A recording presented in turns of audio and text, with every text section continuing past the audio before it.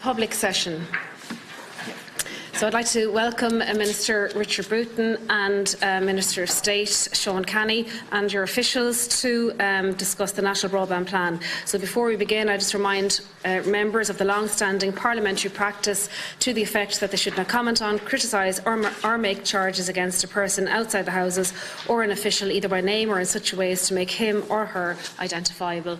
And I would ask members to turn off their mobile phones or to switch them onto aeroplane mode. Minister Richard Bruton, I'll ask you to make your opening statement. Okay, well, thanks very much indeed. I have provided you with a written copy, but I will, if I may, go through some of the higher points I don't want to, and perhaps Sean Canny could make a brief comment as well at the end of that.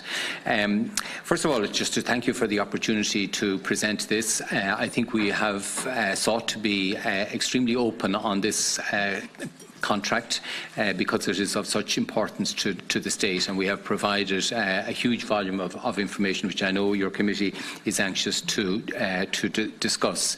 This project is core to Project 2040 and I absolutely believe that the power of digital transformation will be such that the thought that 1.1 million people would not have access to high-speed broadband is something that, in my view, the Oireachtas should not contemplate. That would represent a quarter of our population. It would include 68% of our farmers, 1.1 million people, 540,000 premises.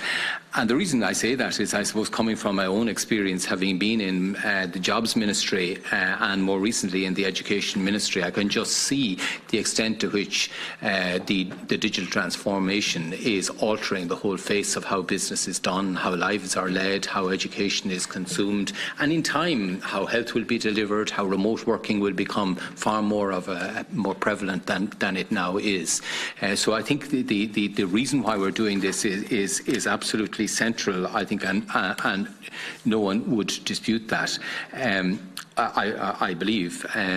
Obviously, 20 years ago we sold Telecom Éireann, and I'm not going to enter into the merits of that, but what that decision meant was that we have been reliant on the private sector to decide the level of service that will be delivered. And what has become very clear is in the intervening period the state has stepped back dramatically.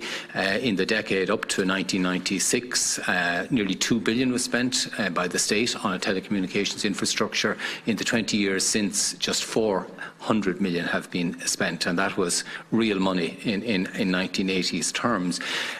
Over a comparable period, we've been spending 11 billion on the water system, nearly 40 billion on the roads network. So, this is an area where the state has stepped back and relied on the private sector. Now, what's clear is the private sector is doing a good job when it comes to urban dwellers, because they will get in time fibre to the premises, but for many in rural areas that will not happen. So the decision here was to decide that state aid would be used, as is permitted under EU law, to deliver 146,000 kilometres of fibre to extend the present access to high-speed broadband to ensure that those 1.1 million people are used. And it was very clearly, the evaluation showed very clearly that the most effective way to do that is to use the existing network of poles and ducts, which are obviously privately owned and for which a rental has to be paid, but it's a lot cheaper than building them from scratch.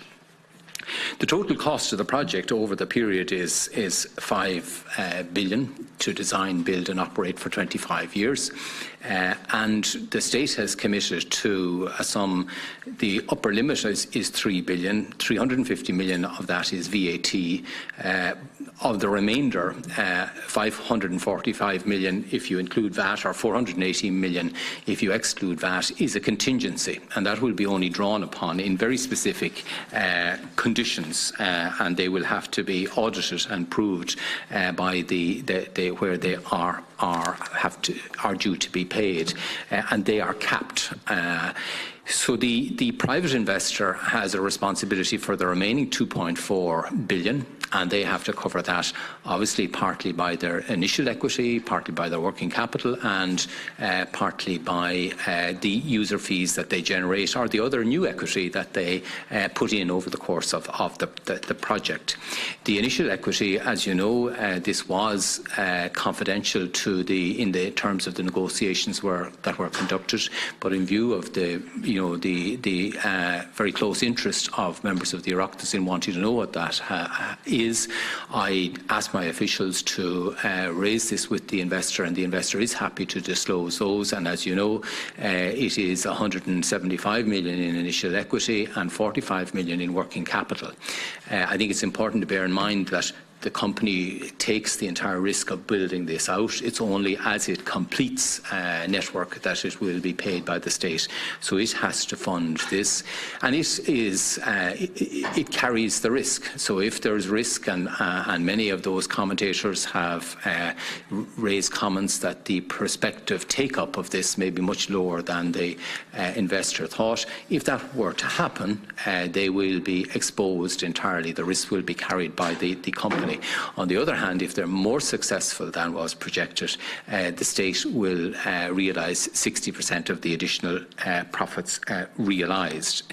So I think it is a very balanced contract that's been put together.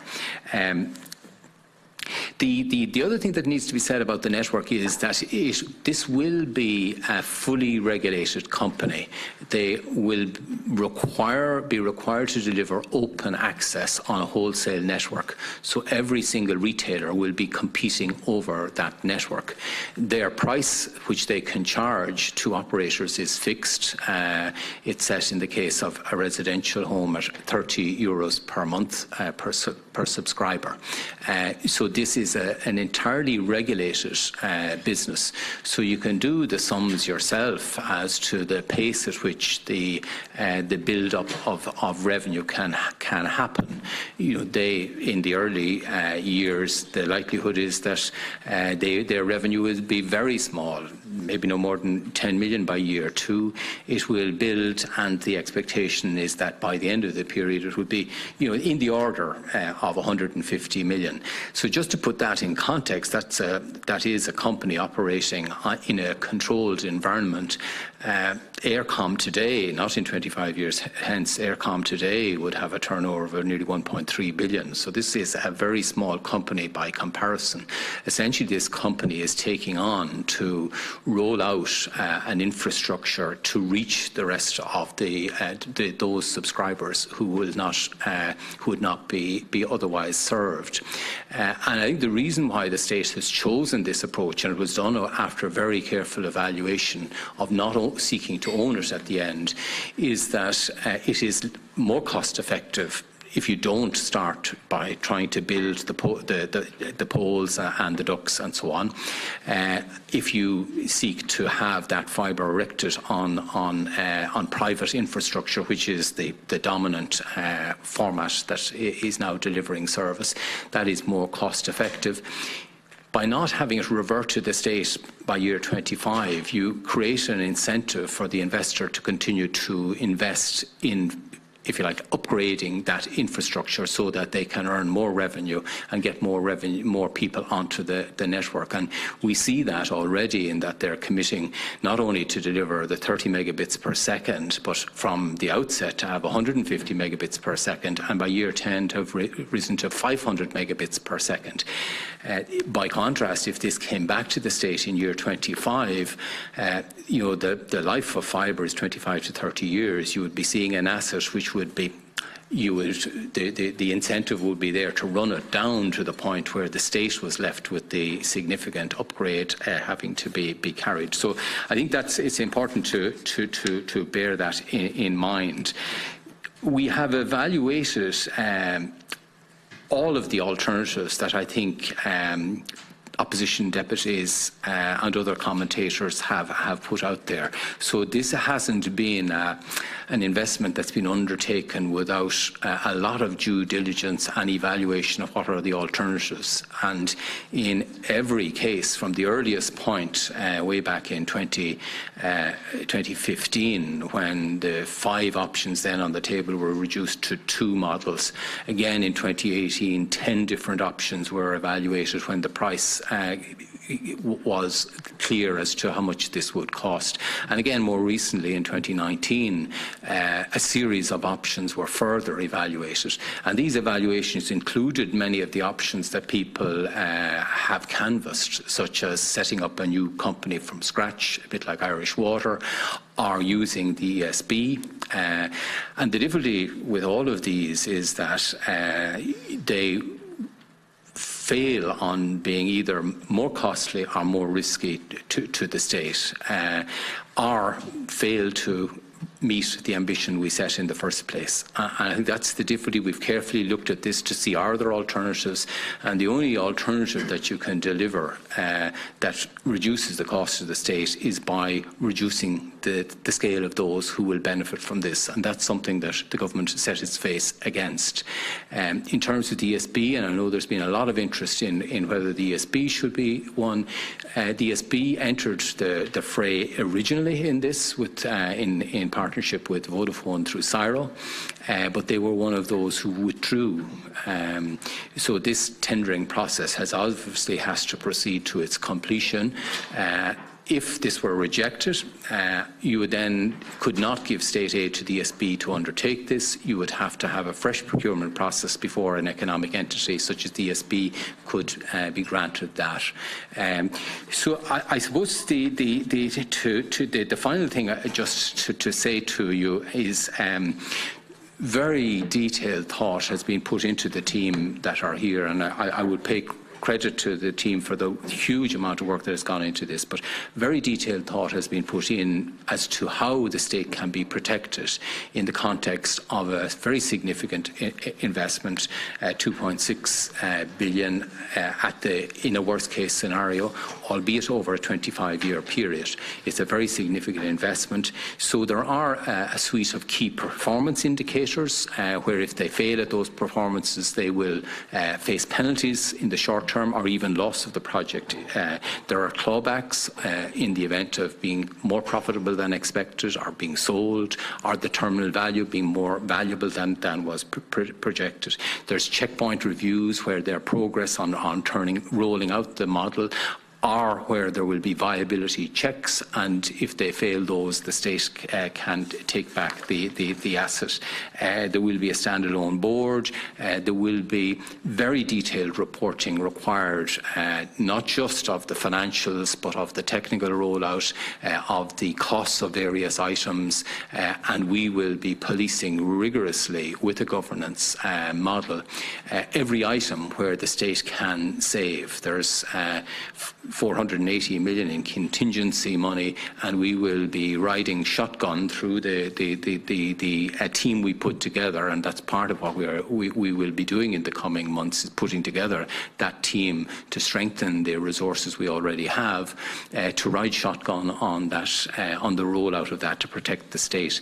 So while I know this is controversial and there will be a lot of questions, I can assure you that when I took up this post, like you, I came in with a sceptical approach, a questioning mind, to look afresh at all of these. And I can say hand on heart that I believe that this is the best option available to us. It will deliver this in the least cost and least risky approach for the state, and will ensure that 1.1 million of our citizens have the opportunity to participate equally and fairly in what I believe will be huge opportunities created by the digital transformation. Thank you, Minister. I'll now call on Minister of State Sean Canny to make your statement. Thank you. Thank you very much. And I just want to again, thanks for the invitation to be here as well today. I think the decision to move ahead with the National Broadband Plan is of such importance in this country. 1.1 million people are at the moment disenfranchised. They do not have equality of opportunity. They do not have the potential to develop. We have small business, we have farmers who cannot join the digital age. As Minister of State with responsibility for our digital strategy, we've been putting in place many of the plans that are necessary in order to prepare for the rollout of the broadband. We have broadband officers in every county. They are working closely to identify what is needed there, and that is part of what we've been doing in the past to create what we now have to do.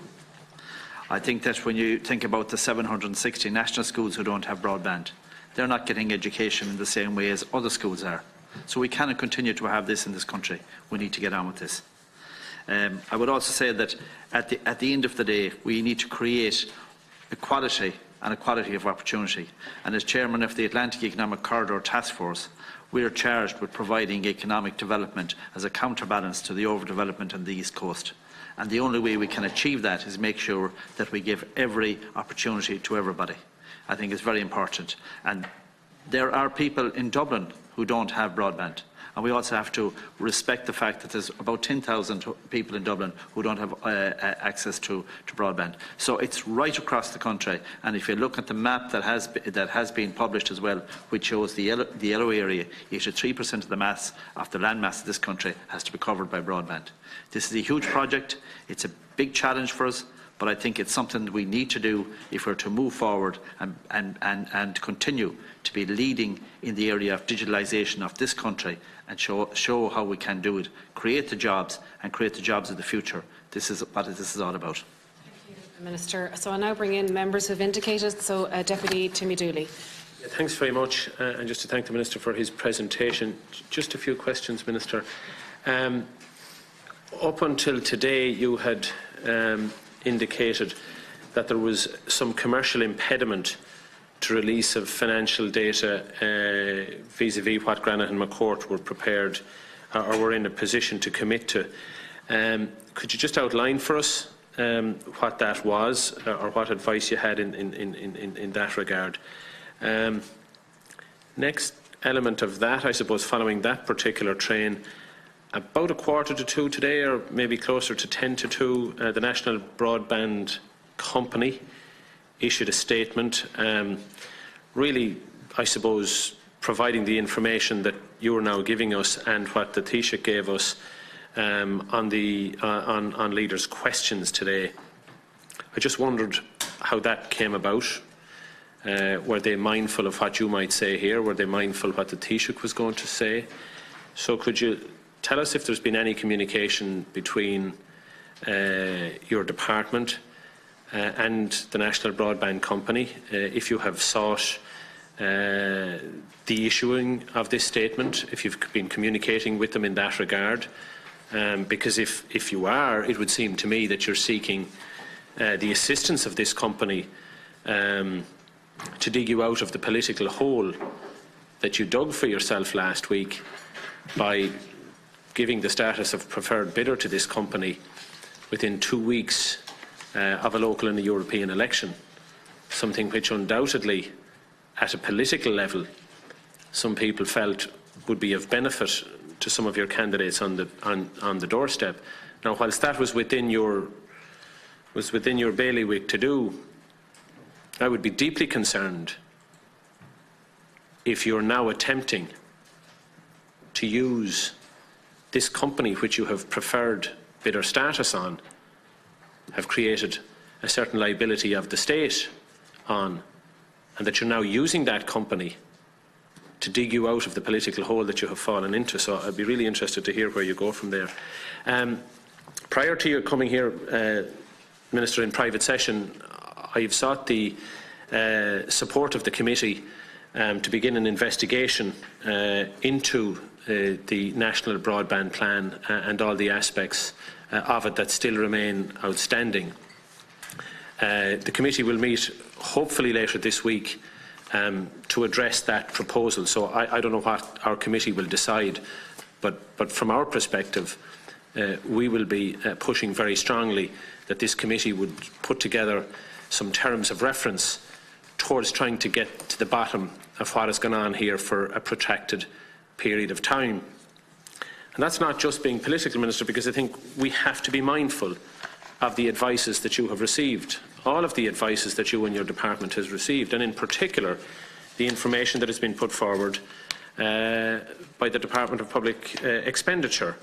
And there has been an effort by some to characterise this as just the writings of or the concerns of the Secretary-General of that department. But when you go through in detail the work that was being done, it's not just Mr Watt, it's an entire team within his department that has reached these conclusions. So I would be hopeful on the basis that you have now decided to move away from that commercial impediment that you talked about in relation to the release of the capital investment of Granahan McCourt, that you would be more fulsome in your appraisal of the documentation and remove some of the redaction, or most of the redaction, that appears throughout the documents that you've circulated to us. Whilst you did a very significant information dump, document dump last Wednesday, there's some critical information that would assist I and others on this committee in making basic judgments about the good or otherwise of this proposal, but we will need access to the information. And I'd be hopeful that if this committee does initiate an investigation, that you would commit to reviewing the documentation that has been redacted and provide us with some clarity on same. I think it's something that can be done, because I don't see any commercial impediment. I fail to understand, since there's only one bidder, why you couldn't or wouldn't make the information available to us. In addition, Minister, I note from media reports over the weekend, particularly a report in the Sunday Times by journalist Justine McCarthy, where she makes it very clear that there's questions over the financial standing of the remaining bidder of Granahan McCourt. And my understanding, having read that article, would be that there's a certain reliance on a related company to Granahan McCourt, and the related is maybe a broad term, but it also involves a company owned and controlled by a brother of the principal of Granahan McCourt. Could you give us some detailed explanation as to how that provides the financial standing of the company, recognising that Granahan McCourt itself has disposed of considerable assets in recent times, namely ENET, and therefore, if you were to just take it on its own standing, wouldn't have the financial track record of the financial standing to be awarded such a contract. So it would be helpful if you could take us through that in more detail. The other issue that perhaps was lost on some in the announcement last week, in the fanfare that you department sought, or perhaps maybe it was the government sought to dress up as a positive announcement, was the fact that the rollout was going to be delayed very significantly, because heretofore the government had indicated that the vast bulk of the 542,000 homes would be passed within a 3-year period, and that was continued to be asserted by your department over the last number of years. But yet the announcement on the last day suggested that it would take up to 7 years. Notwithstanding that, contained or buried in the detail was that the build company would remain in existence for 10 years. Now, I think that would raise a red flag for any of us that have been observing the pace of progress on the national broadband plan, because every deadline that has been missed along the way, one would be forgiven for seeing the potential for further delays there. There's also concerns, Minister, about the way in which your department extended the contract for the operation of the MANs to ENET prior to its sale to the state-backed infrastructure fund. All of this happened at a time when ENET was the main bidder and seemed to have lost the support of its then backers within the consortia to win the National Broadband Plan, namely SSE and John Lang had removed or were removing themselves from the process.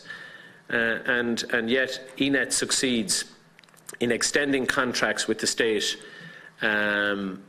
for the operation of the MANs, and in doing so increased the value very significantly of ENET. ENET was then flipped, as you know, returning a very significant return to Granahan McCourt, allowing it now to invest again. So there's an area there that needs further investigation.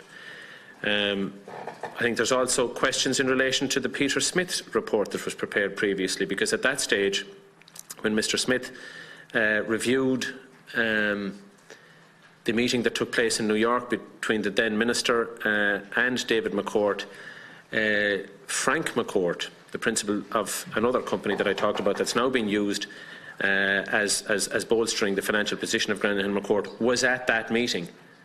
It's not clear. It wasn't clear at the time, and it may not have been clear during the Peter Smith investigation as to what the necessity for his presence was then.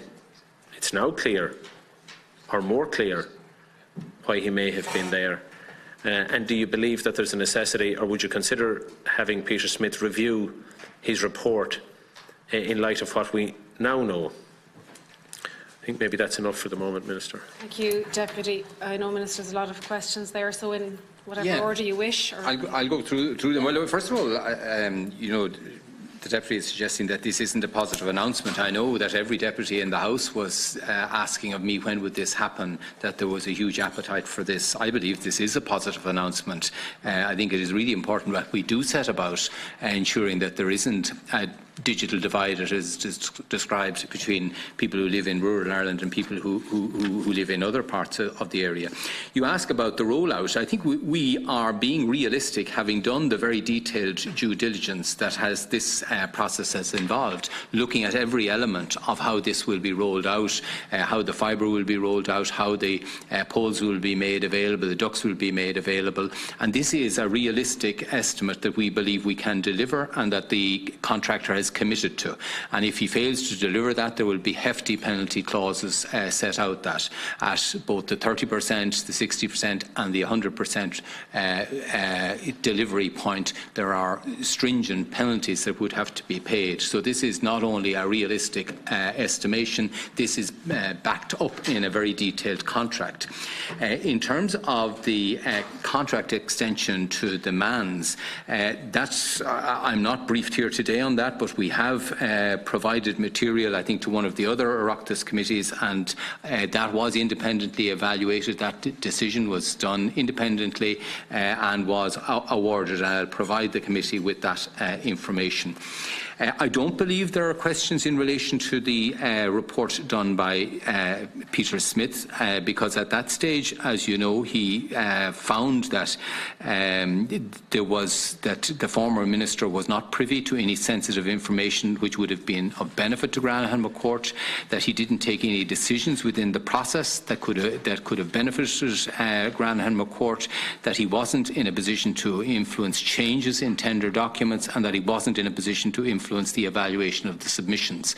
And on that basis, he was satisfied that neither the former minister nor Mr McCourt sought to influence the conduct of the tender process.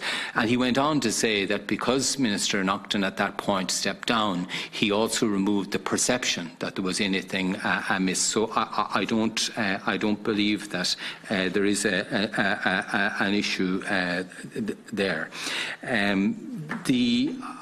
In respect of the reliance on a related company, the detailed terms under which the pre-qualification occurs and continues to occur, it was set out, and that's in the documents that you have available to you.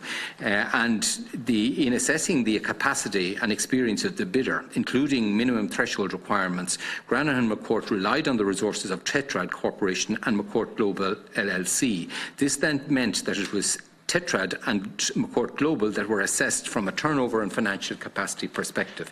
This was appropriate given the scale of the investment required from the bidder, the ability to rely on resources of another entity, and the requirements for so doing are set out in the Project Information Memorandum included in Section 10.2 and in the pre-qualification questionnaire. In short, there's a parent guarantee effectively from those on whom they relied, and that was deemed appropriate. Minister. So then what encumbrance is retained on that parent company to maintain that guarantee? Or can that company divest itself or change in character and nature over the period of the contract? So in other words, if any of those entities in which were relied on just to get past the post, as it were, will there be a lien on those companies? Will there be some kind of an encumbrance placed on them through the contract? Or was it that just to get past? No, there are obligations in the contract, and indeed I as Minister would have a role in preventing any such change in the makeup of the ownership of the company that would undermine the delivery of the contract. So there is a role for the Minister in deciding should any such changes occur, and in addition, whatever company, if I am in a position to approve it, all the terms of the contract continue to apply, so that a change in ownership can only occur in that early period with the consent of the Minister. Later on, there are different terms, and they're set out. So just can I pick that for a second, Minister? So are these? Can I let the Minister complete? I want to let the Minister complete his answer, just to get through your answers, because a lot more deputies waiting. Thank you. I accept that the Department of Public Expenditure have set out, strong arguments, but I can absolutely assure the Deputy that the team evaluated all of those, and they were closely evaluated by government, and Deeper was doing its job. Its job is to challenge and to look at different elements of a project and to challenge those elements, and that's exactly what it did. And we looked in great detail at each element that they challenged, and we are satisfied, having looked at each of those elements, that the benefit is substantially in excess of the cost. On the basis of a very conservative application of rules, it came up as 30%, 1.3 benefit to cost ratio. But it is my belief that under benefit to cost ratios, which I'm familiar with from my previous occupation, they do not allow you evaluate many of the reasons for which we are making this investment, and that is the future uses of the technologies that we're talking about. It is as cloud takes hold, it is as the Internet of Things take hold, it is as e-health rolls out, that the big benefits of this will be seen. It's not, for example, in looking at home working, the evaluation was based on 4% of home working. As you know, progressive companies have 20–25% of their employees engaged in home working. When you have a secure network like this, you will have a lot more home working. You will have companies willing to have their employees working from home when there is a secure fibre network. So I'm absolutely convinced that not only was that very narrow benefit to cost ratio met, but when you look at the significance of this technology in the long term, the benefits are enormous. But I think let it also be said that while the advices may have come from one department that were negative, there were advices from many other departments which were extremely positive and who foresaw the impact on the delivery of public services in their sphere that access to such a network would have. So there were different advices available to government, and we evaluated them all. The question of the confidentiality, there was of course confidential approach taken in this, because this contractor over the period to the end of the signing of contracts has to engage with subcontractors, has to work out contracts with different subcontractors, has to negotiate prices on key elements. That's a key element of this work. So there was confidentiality around the financials involved, their projections, their investment and so on. But in view of the issues that your own party leader was raising, and indeed you were raising yourself, I did ask my officials to seek, would the company be willing to allow this be public, and they have agreed to that. I'm not aware of a statement that they issued, but it is in accordance with the information that we believed was in the public interest, based on the comment of deputies, should be in the public domain. In terms of the investigation of the broadband plan and how this was evaluated, and your own desire to evaluate, I would say one thing that I think is important is that all of these evaluations were done by independent teams, not by political. They were entirely insulated from the political process. So the evaluation teams, and there were 3 of them, looking at technical elements, financial elements, and all the different elements, they were comprised of groups of experts drawn in from officials from the department, but also people like the NDFA, independent financial institutions. And it is they who did these evaluations that were done, and they who oversaw them. And there's a layer of committees, as you will see in the documentation, before ultimately this came, and they presented their reports that this proposal had met all of the robustness tests that had been set out in the original documentation. So this isn't, if you like, me deciding that, they were a robust company, or me deciding that the technology was optimal. These were decided independently of the political process. What government had to do was, having received this information and appraised all the advices coming from different departments, we had to make a decision, and that's the decision we made. So just not to suggest that, you seem to be suggesting that this was something about, trying to cover a political case. There's no political, dimension of this, other than we took a political decision at the end, which in my view is what government is about. So can I take that as confirmation then that your department didn't seek the release of that statement at some point today?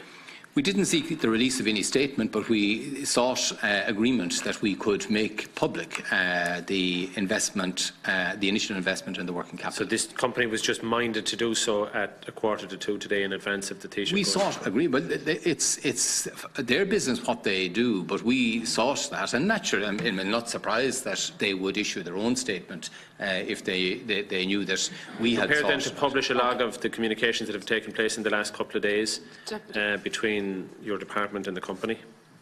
Say that again? Would you be prepared to publish a log of the communications that has taken place between your department? I'm open to absolutely if the company, if the Oireachtas. I mean, we're subject to freedom of information requests. We have, and my officials have handled this in an absolute exemplary way, to the highest standards of the public service, in a way that I think you would be proud of, and I have no problems. They are very open, and they have conducted their business in a way that's designed to protect the interests of the state. I'm going to move on to Deputy Brian Stanley.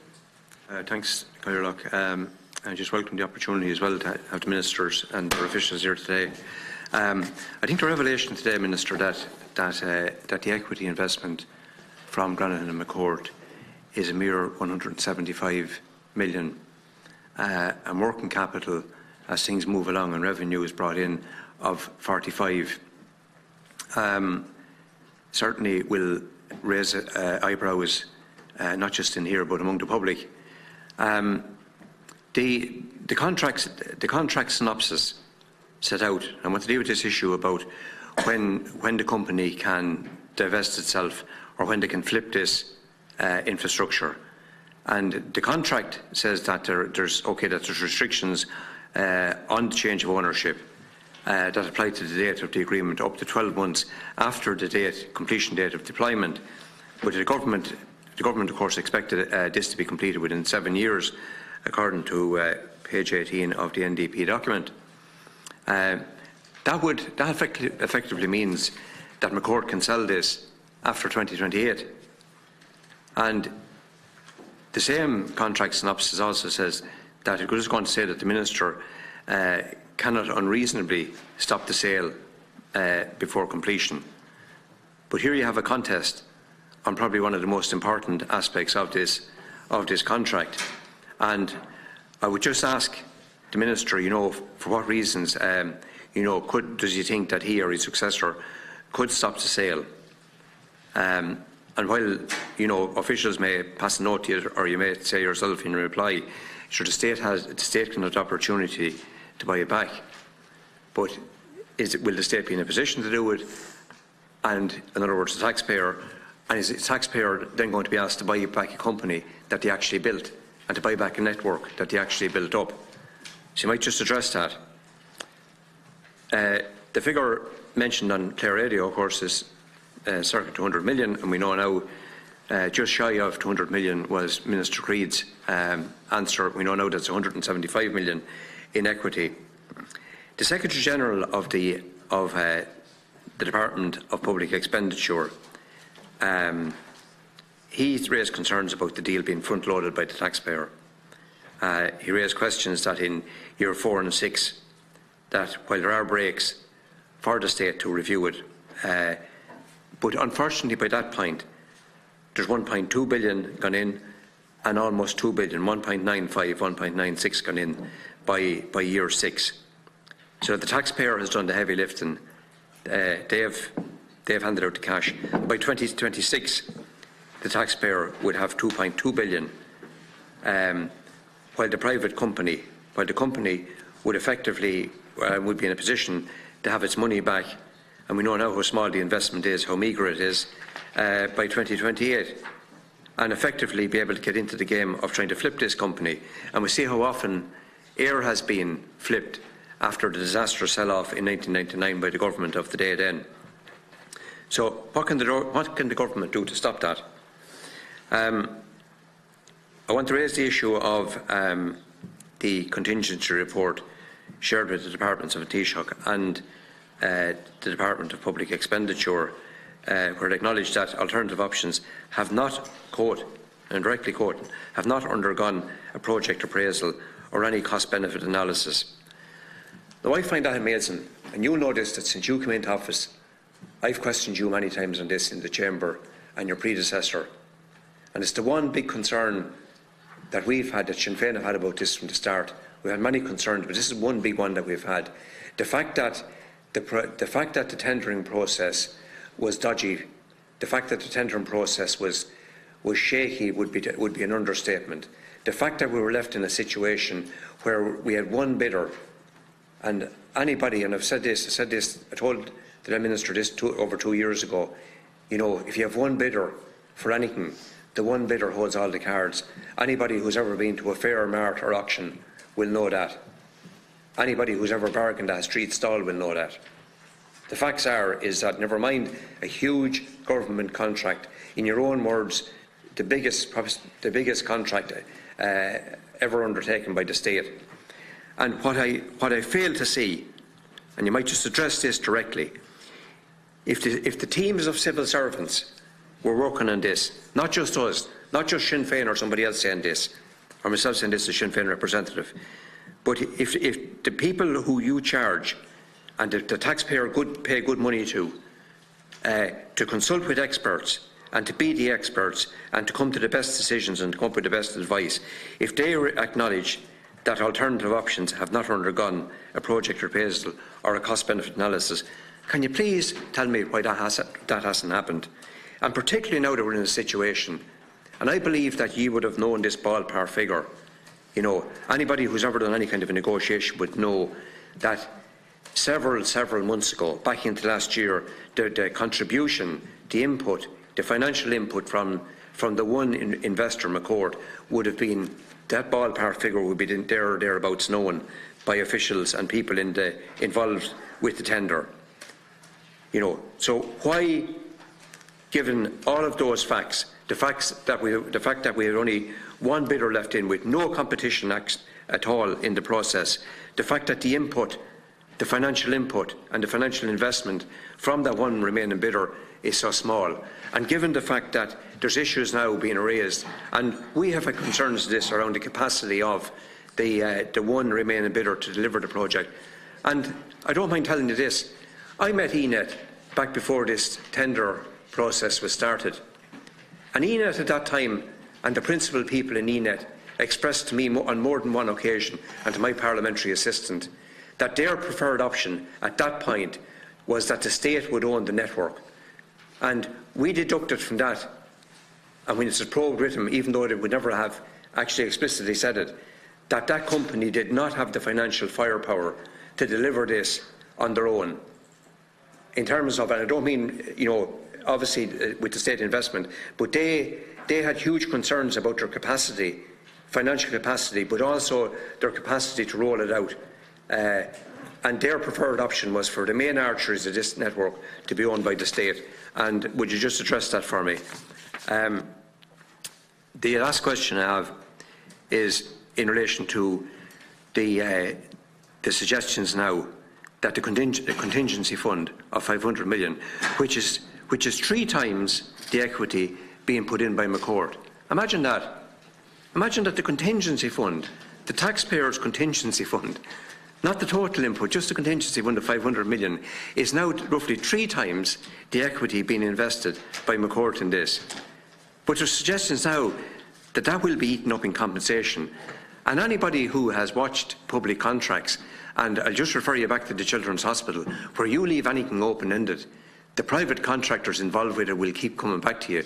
And in this case, Minister, I'll remind you once again, there's no other show in town for you with this, or the state or the taxpayer. We become absolute prisoners of it, because at that point there's no reverse gear. There is no reverse gear at that point to get back out of this. So the compensation fund, will be most likely eaten up. There's also a situation where the private operators are rolling out in every county. They're rolling out wireless broadband. So companies like Imagine and Air of course using their fibre, they will be eaten into the available customers that are out there. So I would like to know, how is that going to be defended? And just one question in relation to the network being used. It's reported that, and you might just confirm this, and we have seen figures, the figures have been mentioned in recent months in relation to how much per pole we're going to rent the poles that were sold off by a previous government, the Air network, how much per pole is going to cost and how much per metre the ducting is going to cost. But a figure being bandied about over the period of the contract is in the region of 900 million to 1 billion. Could you just confirm that? Thanks, Caoimhe. Thank you, Deputy. I'll bring the Minister in again to answer those questions in any order you wish. Yeah, no, just to start off, I suppose to put in context the initial equity investment and the working capital. The reason why we're doing this in the first place is that there will be 540,000 premises left without any access to high-speed broadband unless the state intervenes. Minister, can I just stop you? There's no argument with that. I want broadband to those 540,000 households. Yeah, as does every member in your office. I'm trying to answer. I'm trying to answer your question, and I think the context for this is really important. So, if we are to reach that 540,000 homes, what the state has to do is to provide state aid to deliver 146,000 kilometres of fibre. Now, we evaluated how could that be done at least cost and to best advantage from the taxpayer and the user's point of view. And it was the evaluation showed very strongly that the best way to do that was not to set up a new operation to do this investment, but to firstly use the existing poles and ducts that are available, privately owned, to provide that fibre on that network, and that we would only pay in arrears as that is delivered. So we would pay for the network to be rolled out, and they would get payment. So a very large part of what the state is doing here is making sure that an existing service, which is running commercially and running commercially well for nearly 4 million people, that we would extend that network to reach the more remote areas. So we are providing state aid to allow that happen. The context then in which the private investor is to come along, he has a prospect of payments as he delivers the rollout of the fibre. But we need to see that he has sufficient initial equity in the deal, the 175 million and the 45 million, to ensure that he can fund this right throughout the whole 10 years, although we're only paying in arrears. He will, in those early years, not be generating huge revenues. That's the scale of this company, even when it is fully rolled out, will be about 1/10 of the size of Air today. So this is not a huge company in terms of the financial revenue that it will be generating.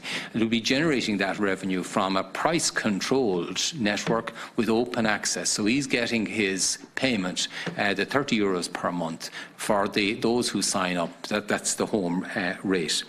So that's I think, an important context to view the revenue. He is not only responsible for that initial equity to start the rollout, but he is also responsible for $2.4 billion to complete the project over 25 years. So if there's any shortfall in his projections, and one of the items on which the Department of Public Expenditure and Reform were sceptical was their belief that he wouldn't achieve this rollout. If that happens, he's entirely exposed. If there is encroachment, and you raised that yourself, what happens if others encroach? There is a limited pot which the state has capped, where if there is an encroachment by a new company that enters and makes the commitment to deliver absolutely 100% to a part of this area, there will be compensation. In other words, if the 540 is reduced again by a new entrant who makes a commitment to deliver high-speed broadband, there is an exposure, but that's capped. So the state's exposure in every case is capped. You raised a concern that that this could that there could be additional claims. There cannot be claims outside of the pots that are capped. There are specific contingencies and they're capped. Sorry. Given the rate of penetration by the existing operators in rural Ireland, Air with fibre and the other companies with wireless signal, right? It's a safe bet. You go into townlands where one or two people had it at one end of the townland, and go back a year later, the next thing you find out that 30 or 40 people in that townland has it. If that happens... And what I'm saying to you is that you can say, and the taxpayer can say, bye-bye to their 500 million. No, if that happens, it is the investor... You will have to compensate them. You will have to compensate the court for that. If that happens, it is the investor who's on the hook, who has to put additional equity into the company to deal with the fact that he is being competed with by those who are not making, not delivering. We don't pay compensation. He's entirely exposed to the risk. So if a wireless operator delivers service and encroaches on what he hoped he would get, he is entirely at that risk. So that is when additional equity would have to be put into the company. If he cannot deliver the $2.4 billion for which he is responsible, he has to put additional equity in to deal with that. In terms of the sale after 2008, the reasons are set out as to when a minister can refuse. They are limited. They are in cases where the person effectively is unsuitable, and they are available there in the published information. But there is also a clawback provided. So if a sale occurs after the 10-year period, there is a clawback. In the earlier period, it is much more stringent. You asked about in what circumstances would the state acquire? Obviously, if the company fails at various checkpoints, either fails the viability test or fails the rollout test, the state can become the owner, and effectively it reverts to the state in the event of ownership. The Secretary-General, you made the point that the Secretary-General pointed out that at different points along the trail, the state would have made significant investments, and the company, would have been working off its initial equity investment. But I make the point, if the state has paid out $1.2 billion, that means 57% of homes have been passed and are connected. So we are well through the contract. We now have, and he's operating in every county of the country. So at that point, a very substantial part of the infrastructure is then in place. So we have, if you like, set up the contract in such a way that the state is protected. We only pay in arrears as the network is rolled out, so that while it certainly is not our ambition that this would revert to the state, we will have ownership of a very significant asset at that stage. It will be fibre delivered to whatever percentage of homes at those different checkpoints. So there is a significant asset. Of course, the company, can be sold on at certain points under very stringent conditions that are set out. But I would point out to you, you talk about flipping the company and huge profits being made and so on. A, there is a clawback if such occurs, but B, this is a regulated company whose prices are set by the contract. This is not a company who can come along and decide whatever price it likes, portrayed as a monopoly. This is a company that must sell only at a regulated price, and it must be open to everyone. Any retailer who comes and wants to sell off their retail platform must be allowed to enter. So there is very significant control on how this company operates, and it is. I think that's something that Please is. let the Minister finish. In terms of. These contingencies, and when we've looked at alternatives, we have in each of those cases looked at the critical issues. So, for example, if you were to say we should offer this to ESB, the critical issue is can you terminate a contract and offer this to ESB? What is very clear, and the thing we had to check, the most important issue that needed to be checked at that point was, could that be done under state aid rules? And the response that we received was categorical. You could not terminate this contract, hand it to the ESB, and not have a fresh procurement process where others could have the right to compete and enter the fray. So, in other words, the ESB option, leave aside the fact that they entered this particular contest and dropped out because they didn't see it was an economic route for them to pursue. But if you would sought to do it again, you would have to have an open competition in which they could only be one of those entering the fray, and that would take another 2.5 to 3 years to set up. So we would have no confidence that it could deliver at a lower cost because they had dropped out, and we had a fair level of knowledge of their cost base when they dropped out.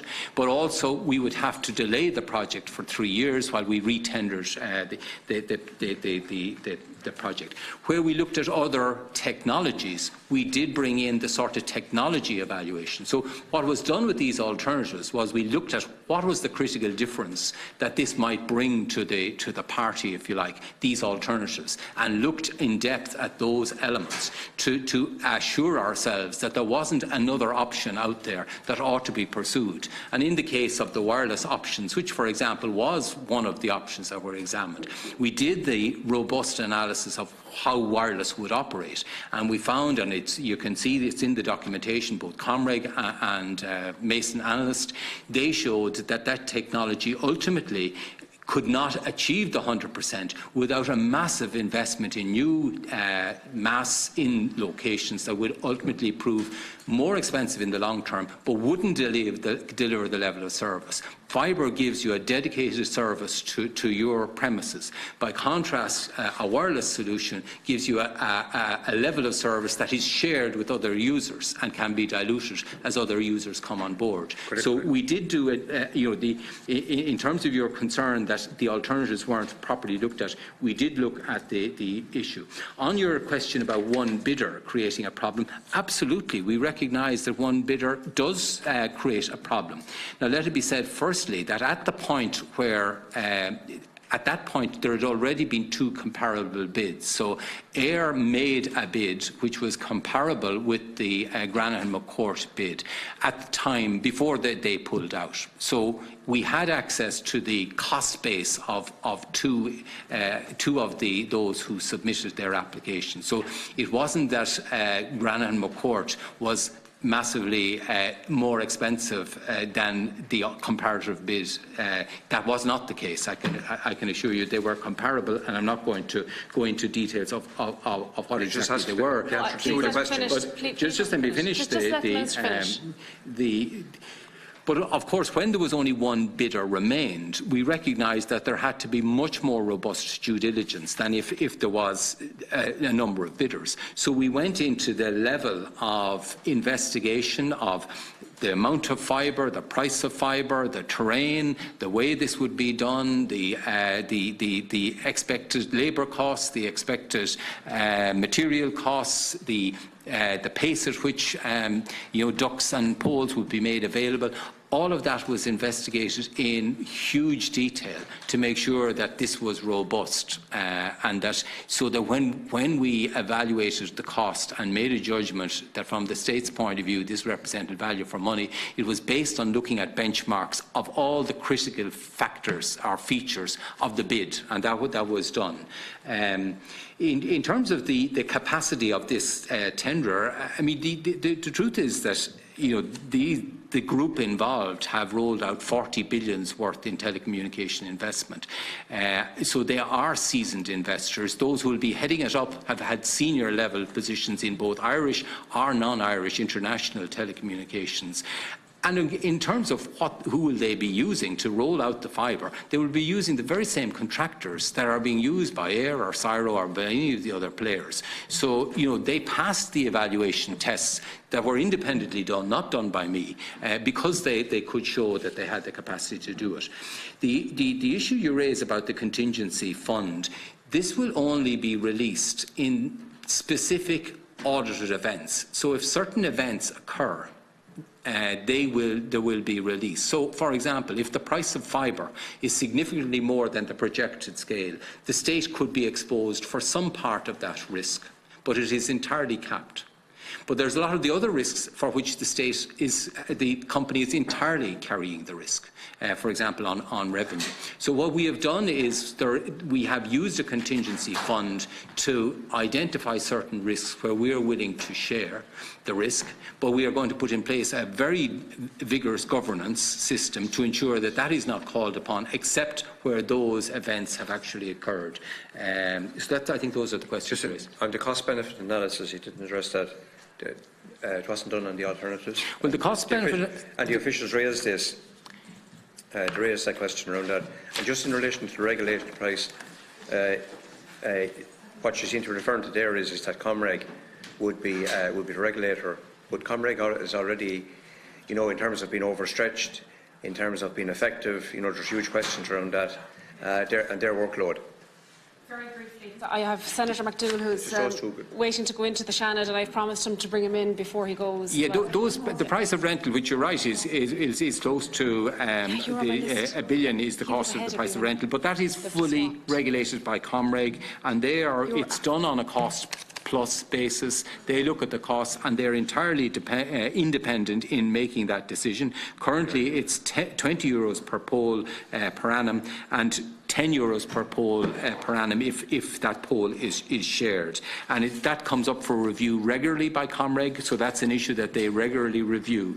In terms of the cost-benefit analysis, we didn't redo the cost-benefit analysis for each of the alternatives because really what you're looking at is, was there an alternative that would deliver an equal at a lower cost. So the issue was to see, could these alternatives deliver lower cost? The benefit, if you delivered 100%, would still be the same. Obviously, if an alternative reduced the numbers you reached, you lost some of those benefits. So it was pretty clear, without doing the full project evaluation on each alternative, as to whether these options would add anything to what we already knew, and that was, that was the basis on which they were evaluated. Okay. Deputy James Lawless. Thank you, Chair.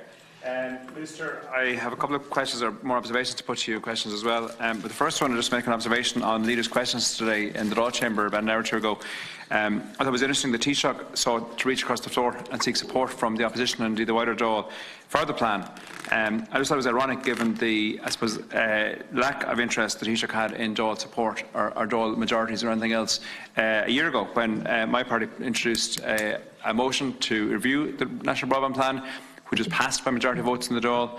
But regardless, it was completely ignored by the Taoiseach and indeed the government, despite constitutional constraints such as Article 28.4.1 of the Constitution, which says, of course, that the government will be responsible to the Dáil.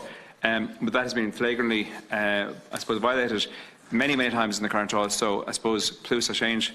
But on the plan itself, I'm going to take a more fundamental approach to querying the plan and talk about the plan.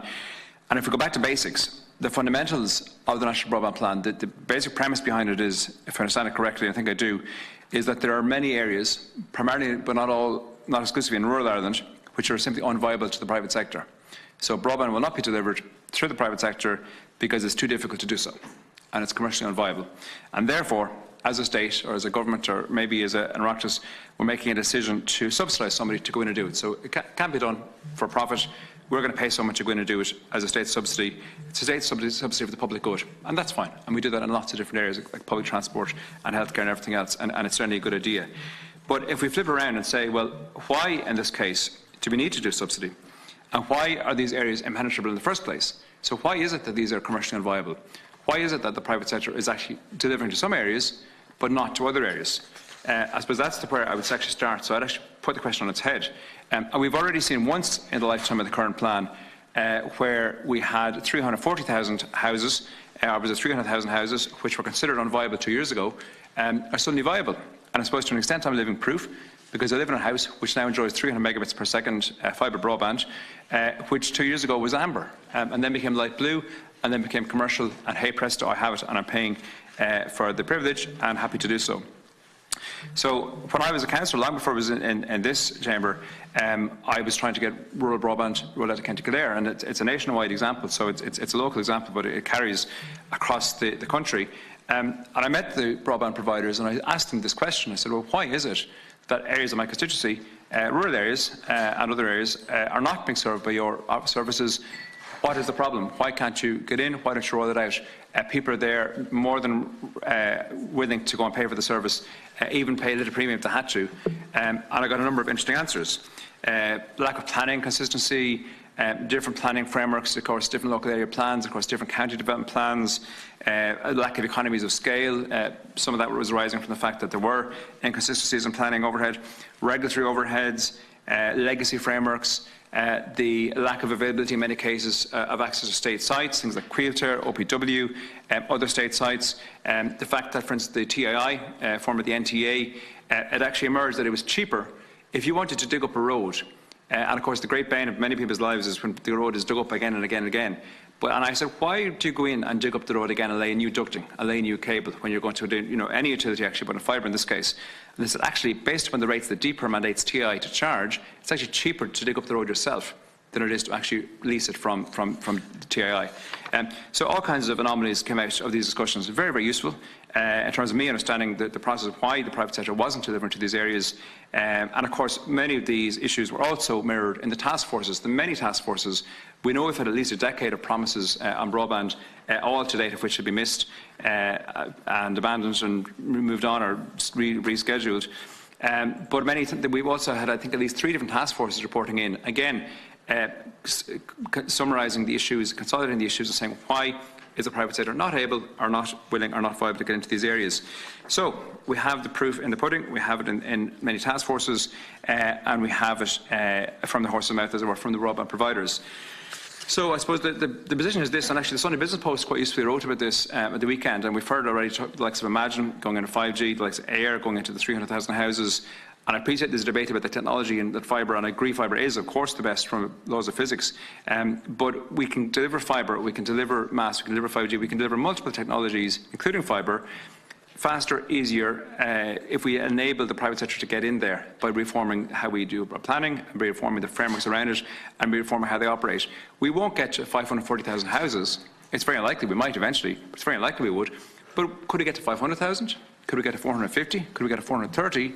Could our 3 billion become 2.75, or could it become 2.5? If we chip away, if we actually look at the problems, rather than trying to throw in a state subsidy and throw 3 billion at the problem and try to make it go away, if we actually went to the root cause and said, well, maybe we can do this, maybe if we actually make it easier, maybe if we incentivise the private sector, not by any kind of subsidy or state handout, but by actually saying, let's tackle the problems that make it more difficult for youth to go into these places. Let's tackle the reason that it's commercially unviable. Let's tackle the reason that the planning framework. I was up on the hill at Kilteal 2 weeks ago on a local election canvass. 3 counties meet at that point: Dublin, Kildare and Wicklow. For a provider to put a mast on that hill, they could feasibly be engaged with 3 different local authorities, which could have 3 different local area plans, which could have 3 different planning frameworks. If they were to try and put, say, for example, a 5G or even a fibre infrastructure on that hill, if they go, as I said earlier, to go and rent a ducting from the N7 a mile down the road from it, they might have to find it which is actually cheaper to go in and do it themselves, rather than trying to lease it from the state. Where do we go with all this? Well, helpfully, here's one I made earlier.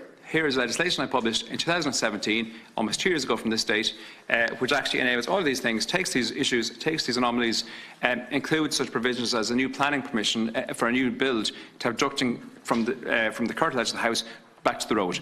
It includes things like consistencies in planning frameworks. It includes things like access to state sites, state properties. It also includes common sense things, I think, which deliver economies of scale, but also protect communities and the environment, such as if a mast is up on the top of a hill, that the provider going in after them doesn't put in another mast, but is actually mandated to reuse the existing infrastructure, and it provides for use of infrastructure, be it public, be it private. But once the cable is laid, once the mast goes in, it's reused, it's there forevermore. And pretty much a collection of items which would make it easier. It wouldn't solve the problem, it's not a silver bullet, but it would make it a lot easier for the private sector to penetrate into these areas. And again, as I say, the 3 billion may become 2.5 billion, the 540,000 might become 440, etc. If the government had adopted this legislation when it was published 2 years ago, we might be in a better position now. It can travel in parallel with the plan. There's nothing; they're not in any way competing or exclusive. They're actually complementary. But I do believe the price tag comes down with every step of the way. So, Minister, I put it to you: will you support this legislation, which is already before the Oireachtas, which is already in the system, which I believe would be complementary and parallel to all this? And it's also, you could consider Plan B, because if the plan fails, as it has unfortunately for the last decade, this may allow greater private sector take-up, and this will allow more houses more quickly get access to broadband without the recourse to 3 billion state subsidy. Okay, thank you. I'm going to bring in the Minister. Yeah, maybe I first just on the model that we use, and then bring in Minister State Sean Canny, who has chaired the broadband, the mobile and broadband task force. But the model that we decided to go for was to have a competitive tender to seek to achieve universal access. And we were open as to what technology would deliver that and how that could best be done. And interestingly, all three of those who came in with a fibre solution, and that's why the fibre has become the dominant, has become the winner of this process. There wasn't none were coming in with the alternative, approaches. So this has proved to be the most cost-effective way of achieving that goal. Of course, I admit if you don't want to achieve that goal, but I think what the Oireachtas wants, and certainly it's what I believe is necessary, is that we do get every home has access to a technology that's future-proofed. Mixing and matching and hoping over time it would work out was not the approach we adopted. Sean has done a lot of work on exactly those sort of issues of how the practical obstacles can be removed, and maybe Sean would deal with that. I think before you do, Minister, and I accept the point you just made, it's not about competing technologies. Even let it be fibre is the technology, and I agree completely. Of course, that's the primary technology that can be used. It's about how, even be it fibre. It's how we get that faster, cheaper, quicker out to people, and do it in the current day without the need for any kind of state subsidy. Thanks, Minister. Minister Sean Canny. Just to say, as chairman of the Mobile Phone and Broadband Task Force, we have been engaging in exactly what you have talked about there. So we have made many changes. So, for instance, now there is a single access to road opening licences. It's a national standard forum that's up on a portal that can be accessed. There is also the question of the state assets, where the Office of Public Works, the likes of the ESB, all of the other state agencies are involved in the task force in mapping the state assets that are available and how they can be used. TII are at the moment have spent millions in the last couple of years in retrofitting ducting along the motorways so that they can be used as a shared service by all of the comms providers. This is happening. This has been happening with the last, since the task force was set up. There has been huge progress being made in that. I do agree that in the past, local authorities were working in their own silos, and they were creating different rules and regulations. The elimination of development charges, so that the cost to the customer is kept to a minimum. when we're doing an infrastructural project now in any town or city where we're replacing services like water, like sewerage, we're now bringing in the broadband officer, who's one in every local authority, to make sure that the issue of future-proofing that infrastructure, so it will not be dug up again, is taken into account. We're also working with the providers of the mass in identifying the areas where there are black spots, and also making sure that the masts that are put up are shared by all the comms now. That's what's happening right now. That's the reality. So I'd say a lot of what you have there, Deputy Lawless, is actually being worked on at the moment. And lastly, to say we even have done work in Mayo, where the broadband officer has gone out and he has mapped all of the existing ductwork in every village and town, and he's put it on a portal and an app, so that anybody can look at that, see what's there, and they can use it if they need it. And that will be rolled out in every county. So we're doing a huge amount of work in the items and the difficulties that have been there. So that's all in train. But that's preparing for the future, and the future is to make sure that we come back to the one thing. All of the bidders who put in a proposal on this national broadband all said fibre to the home is the only solution. Thank you. And there's just a quick follow-up question, if I could, Chair. And there's no issue with that in terms of fibre. But very briefly, all the good work that's been done, that you've outlined, Minister, and thank you for that, has the price of the tender been updated to reflect that? And if not, why not? The price of what tender? The tender. The 3 billion that's been handed over to ENET or whatever. The tender that has been done, I don't know the detail of it, but what because I can if say it's easier for them to do, it should be cheaper for them to do it, and therefore the states will be paying less. Most of the cabling or the fibre optic broadband would be long poles. There's very little ducting going in. Deputy Bríd Smith, you're next on my list. Thanks very much, Chair. I think with some justification, the Minister and Department have repeatedly said that this is a visionary leap into the dark, and they have repeatedly compared this project with the electrification of Ireland in the past, the rural electrification and the building of Ardnacrusha.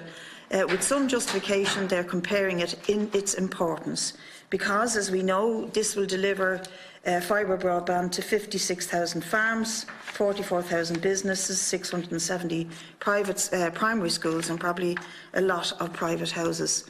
But I just want to use this opportunity to point out that the key difference between what we're doing here and what we did with the electrification of Ireland and building of Ardnacrusha is that we didn't tender out, spend 18 million we've spent so far on the process of tendering out to deliver this. We didn't tender out, hire elaborate consultancy firms or engage in elaborate competitions. We constructed and instructed a state-run company with a single remit to provide a vital service to rural Ireland, and that was the ESB. And the provision was not dependent on the profit margins of some private entity. And that is a very, very important key difference, because if we were to use the model that we're using today to electrify this country, most of the country would still be in the dark, and they'd be listening to this discussion by candlelight, because it would never have worked. And I think this is the real big mistake we're making, is that we're, once again, an essential service is being privatised out at a huge cost to the taxpayer, without, remarkably, at the end of it, the taxpayer even owning it. I just think also, to comment on things that are being said repeatedly by the ministers, this massive concern with equality of opportunity for the people of rural Ireland is quite astounding, when you have just closed down, God knows by this stage, how many rural post offices, how many Garda stations were closed that haven't been reopened during the years of austerity, how many bus services have been disconnected to villages and towns throughout rural Ireland. And when this was happening, it was all about saving money, and now there's this big elaborate spend on rural Ireland that is being justified on the basis of equality of opportunity, that you have consistently denied rural Ireland, whether it's, running down the fishing communities, putting schools, closing down schools that are needed in very rural villages and towns, and indeed hospitals and sometimes nursing homes.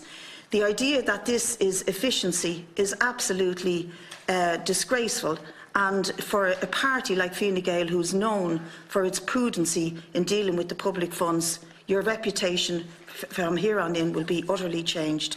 I do want to ask you, though, a few questions on the whole scheme of things, because when we went to a briefing with the department just less than a week ago, we were told that there's been no actual study done on what the uptake would be on the rollout of broadband from individuals' homes. There's comparisons done with other studies, but no actual study done in rural Ireland as to who might take up this. And obviously, we clearly know who needs it.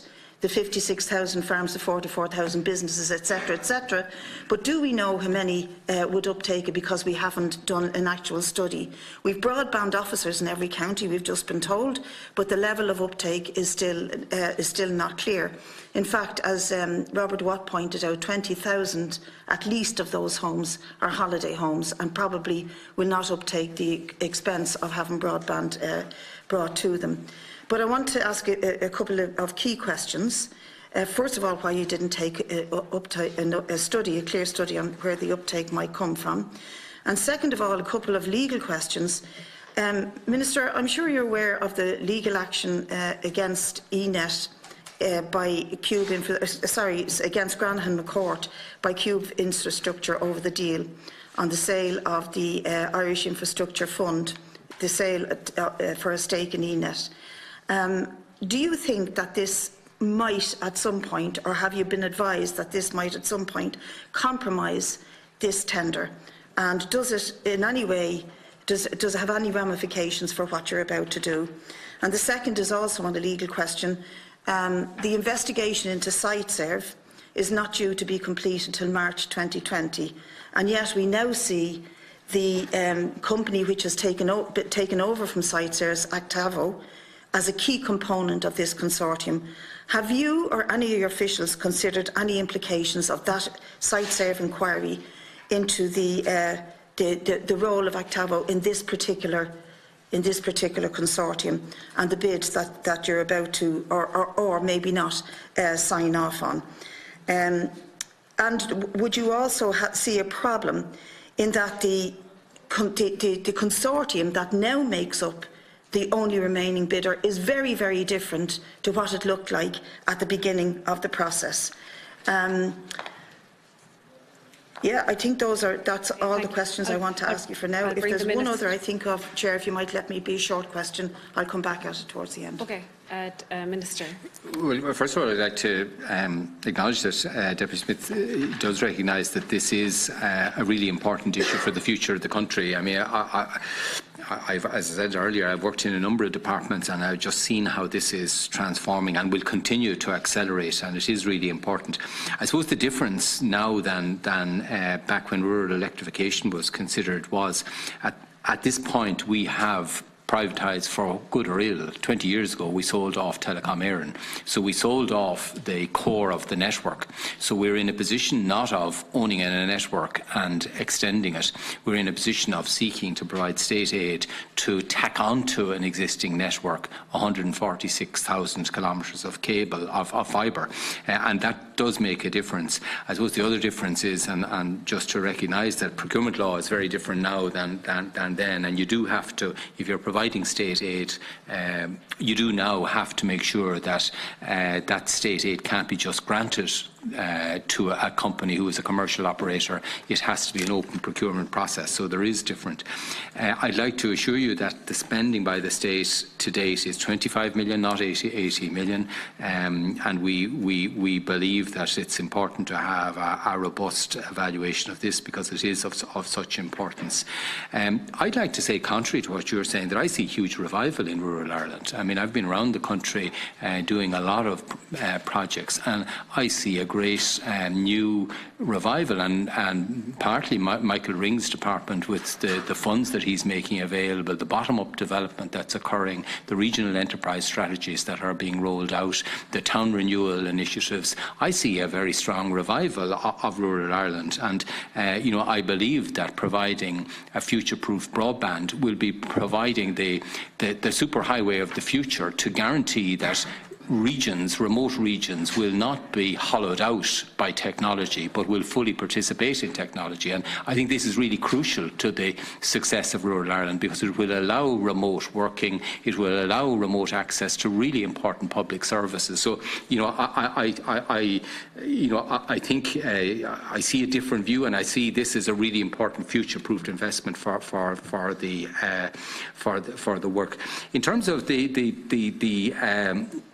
studies that the department have done, obviously we've looked at international precedents, and we've looked also at what's happening in urban Ireland, and we believe that in principle we must make available the same level of service to urban and rural, that we need to see access to this digital technology on the same basis in urban and rural, at the same price, at the same connection charge. So there is a principle here that we want to see this achieved. And I have no reason to believe, and the department has no reason to believe from the evaluations that have been done, that the appetite for uptake of this will be any different in rural Ireland than in urban.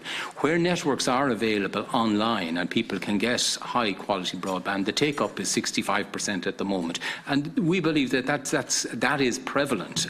So there isn't the basis for believing that there is some low level of interest, and that this would be that we are making an investment that doesn't matter in the future. I think we've done studies we've based on international. Like what we've done in all of these cases is look at international benchmarks to see what stands up to scrutiny, and we've done that work. In terms of any legal actions or investigations, we are confident that none of those will have an impact on the rollout of the national broadband plan. Including the investigation into sites, which will be concluded by March 2020. Yes. Smith, you had a final question, you said, just very briefly. Thank you. When we were at the presentation by your department here, one worrying thing emerged in relation to the construction of the National Broadband Ireland Company, and that was that the state would have one representative on the board of 9. One person would represent the state, but what wasn't clear was what would be the role of that person. Would the interests of the role of that person be the state and the people, or would it be the company itself? And that was not cleared up. I think that's very important that we know, because we've seen from the outcome of the debacle of the National Children's Hospital, which interestingly is almost completely forgotten about because this has superseded it and has become the issue of the day. But we know from that the one person that represented the state on the board of the construction of the National Children's Hospital was accountable to the board and to the company rather than to the state, despite the huge spending of public money. So that's, I think, a serious question of public interest. Thank you, Deputy. I might just let the Minister. Yeah, no, the position in relation to this company is that it will be a company that is a standalone company. It will be regulated in huge detail, and its primary element will be to deliver the governance commitments that we have entered into it under the contract. So every member of the board will have an obligation to deliver the state, the delivery to the state under the terms of the contract. And we've written this contract in huge detail to make sure we have access to the auditing, that they deliver on time, that it is rolled out in a certain way. So we're very confident that not only have we that governance, but by having a representative on the board, we will have someone who is overseeing the public interest, which is at the heart of the contract that's been negotiated. So this is different from, say, having a public interest director on a bank whose job is to service its shareholders. This company is set up to service this contract, and we have set out in triplicate what that means. So our public interest representative will be overseeing not only their role, but the whole role of the company is to honour this contract. So we're confident. Your department officials can now clarify that for us less than a week later, when they couldn't clarify it.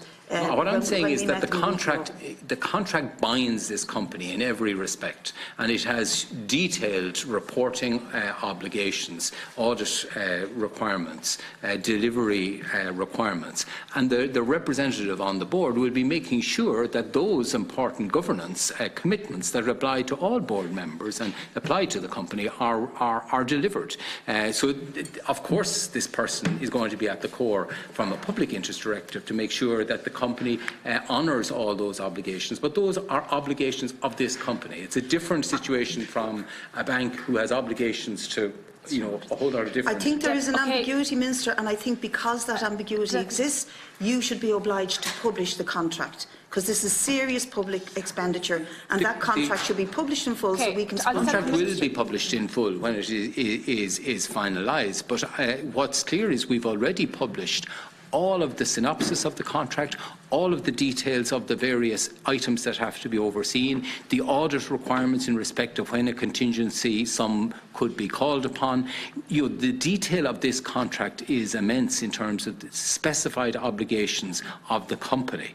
And I think that's something that you need to bear in mind, that this is not just a director on a company that is floated off out there with its own interests. This is a company dedicated to deliver a project where they have huge obligations imposed upon them. Thank you. Deputy Eamon Ryan. Thank you very much indeed. And apologies if I'm going to ask some questions that may have already been asked. I have to go up for a priority question with the Minister for Enterprise. But, and if the Minister isn't able to answer any specific questions, by all means, a written reply. We are, I believe, Chair, going to have to do further investigative work, has been suggested earlier on, I think, to make sure that the public interest, as best we can discern in the next 6 months, is protected in this contract. The first question I have, Minister, I wouldn't disagree with you that everyone would agree that we want to have the same sort of access or conditions for people all over the country. But the contract has been, as has been outlined, is outlining, I think, a wholesale price of €30 per month from the National Broadband Company.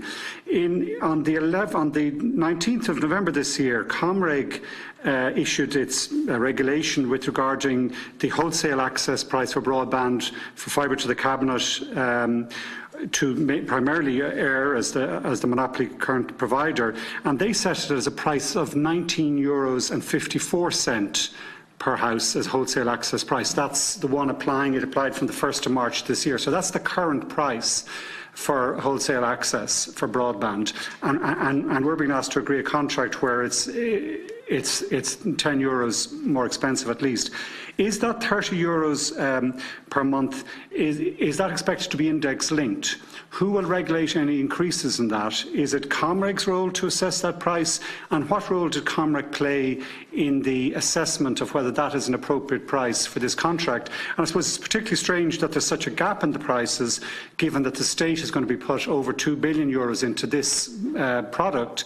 You would have thought it would be, if anything, lower than the private market wholesale price that exists in the rest of the market. Similar question with regard to, you say in your speech that it's estimated that there will be a £40 million euros per year payment towards Air for the use of the poles and the ducting. Is that indexing? Can you give us an estimate of how is that price regulated as the contract proceeds? Are you putting in an index linking to that, or is it something that Comreg would oversee and regulate so that we can make sure that there isn't supernormal profits going to the bidder? Secondly, I think I'm told one of the main objections from the Department of Public Expenditure and Reform in this whole project is that we may be incentivising or supporting a continuing sprawl model development where we're kind of facilitating a one-off housing kind of model of development. And there's real concerns, understandably, not just in the cost of delivery of broadband services, but a whole range of public services to this sprawl development model that we have seen in this country.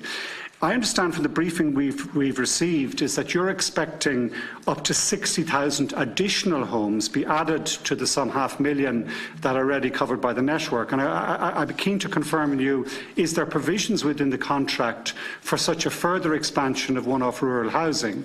Are we including that in the contract? Are we just doubling down on what the Department of Public Expenditure and Reform is concerned about and what goes completely against the national planning framework, rather than consolidating development in our towns and villages and cities? We may, in this policy signal, be saying, well, actually, no, it's going to be another 60,000 one-off houses which we're going to service as part of this whole scheme.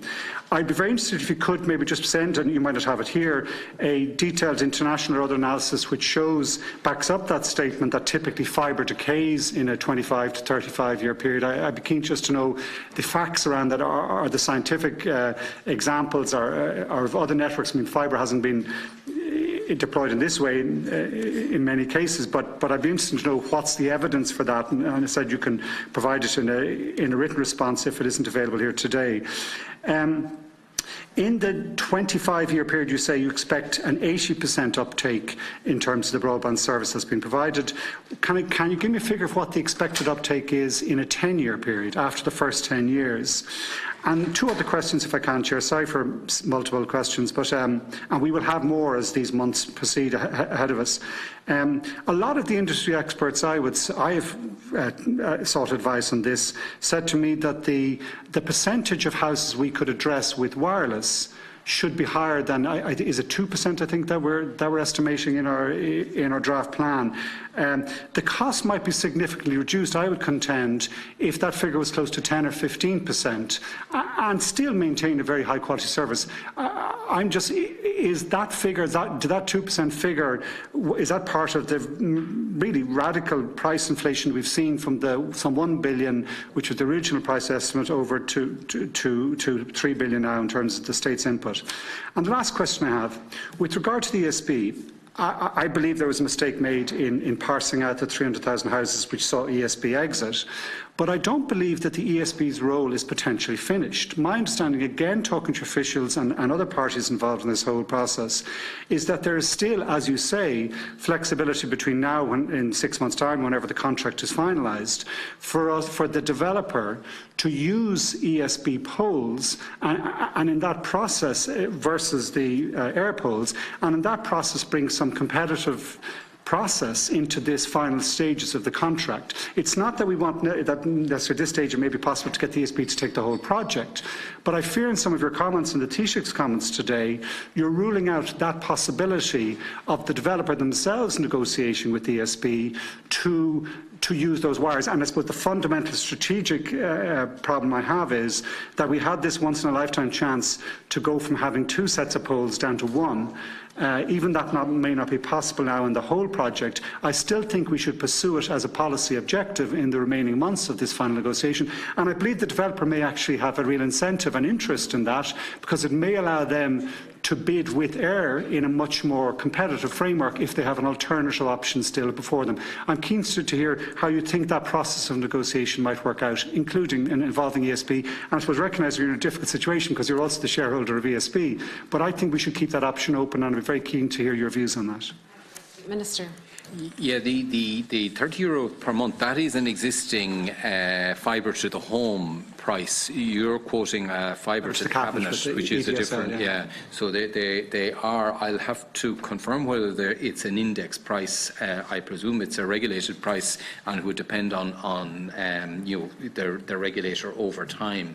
The Comreg don't have a role in the short term, but they would certainly have a role in the longer term, because the terms of the contract are such that it's unlikely that Comreg at this stage would see the need for it to step in to regulate, because effectively we are regulating the price under the terms of the contract. But beyond the period where our contract applies, Comreg would step in because this would be a body of significant Could I just 2 questions just now, if I can, Really Chair? briefly, because I really... Yeah, briefly. Are you saying Comreg had no involvement in assessing this regulation or this price? And is it index linked? Yeah, I'll confirm to you whether it's index linked, but this price has been, if you like, set by the state in the contract based on prevailing prices elsewhere, with the objective that, people in urban areas and rural areas will be paying the same charge. So it's anticipated that that would be prevail, and Comreg advised us throughout. So we're linking the prices in the urban with the prospective ones in the rural.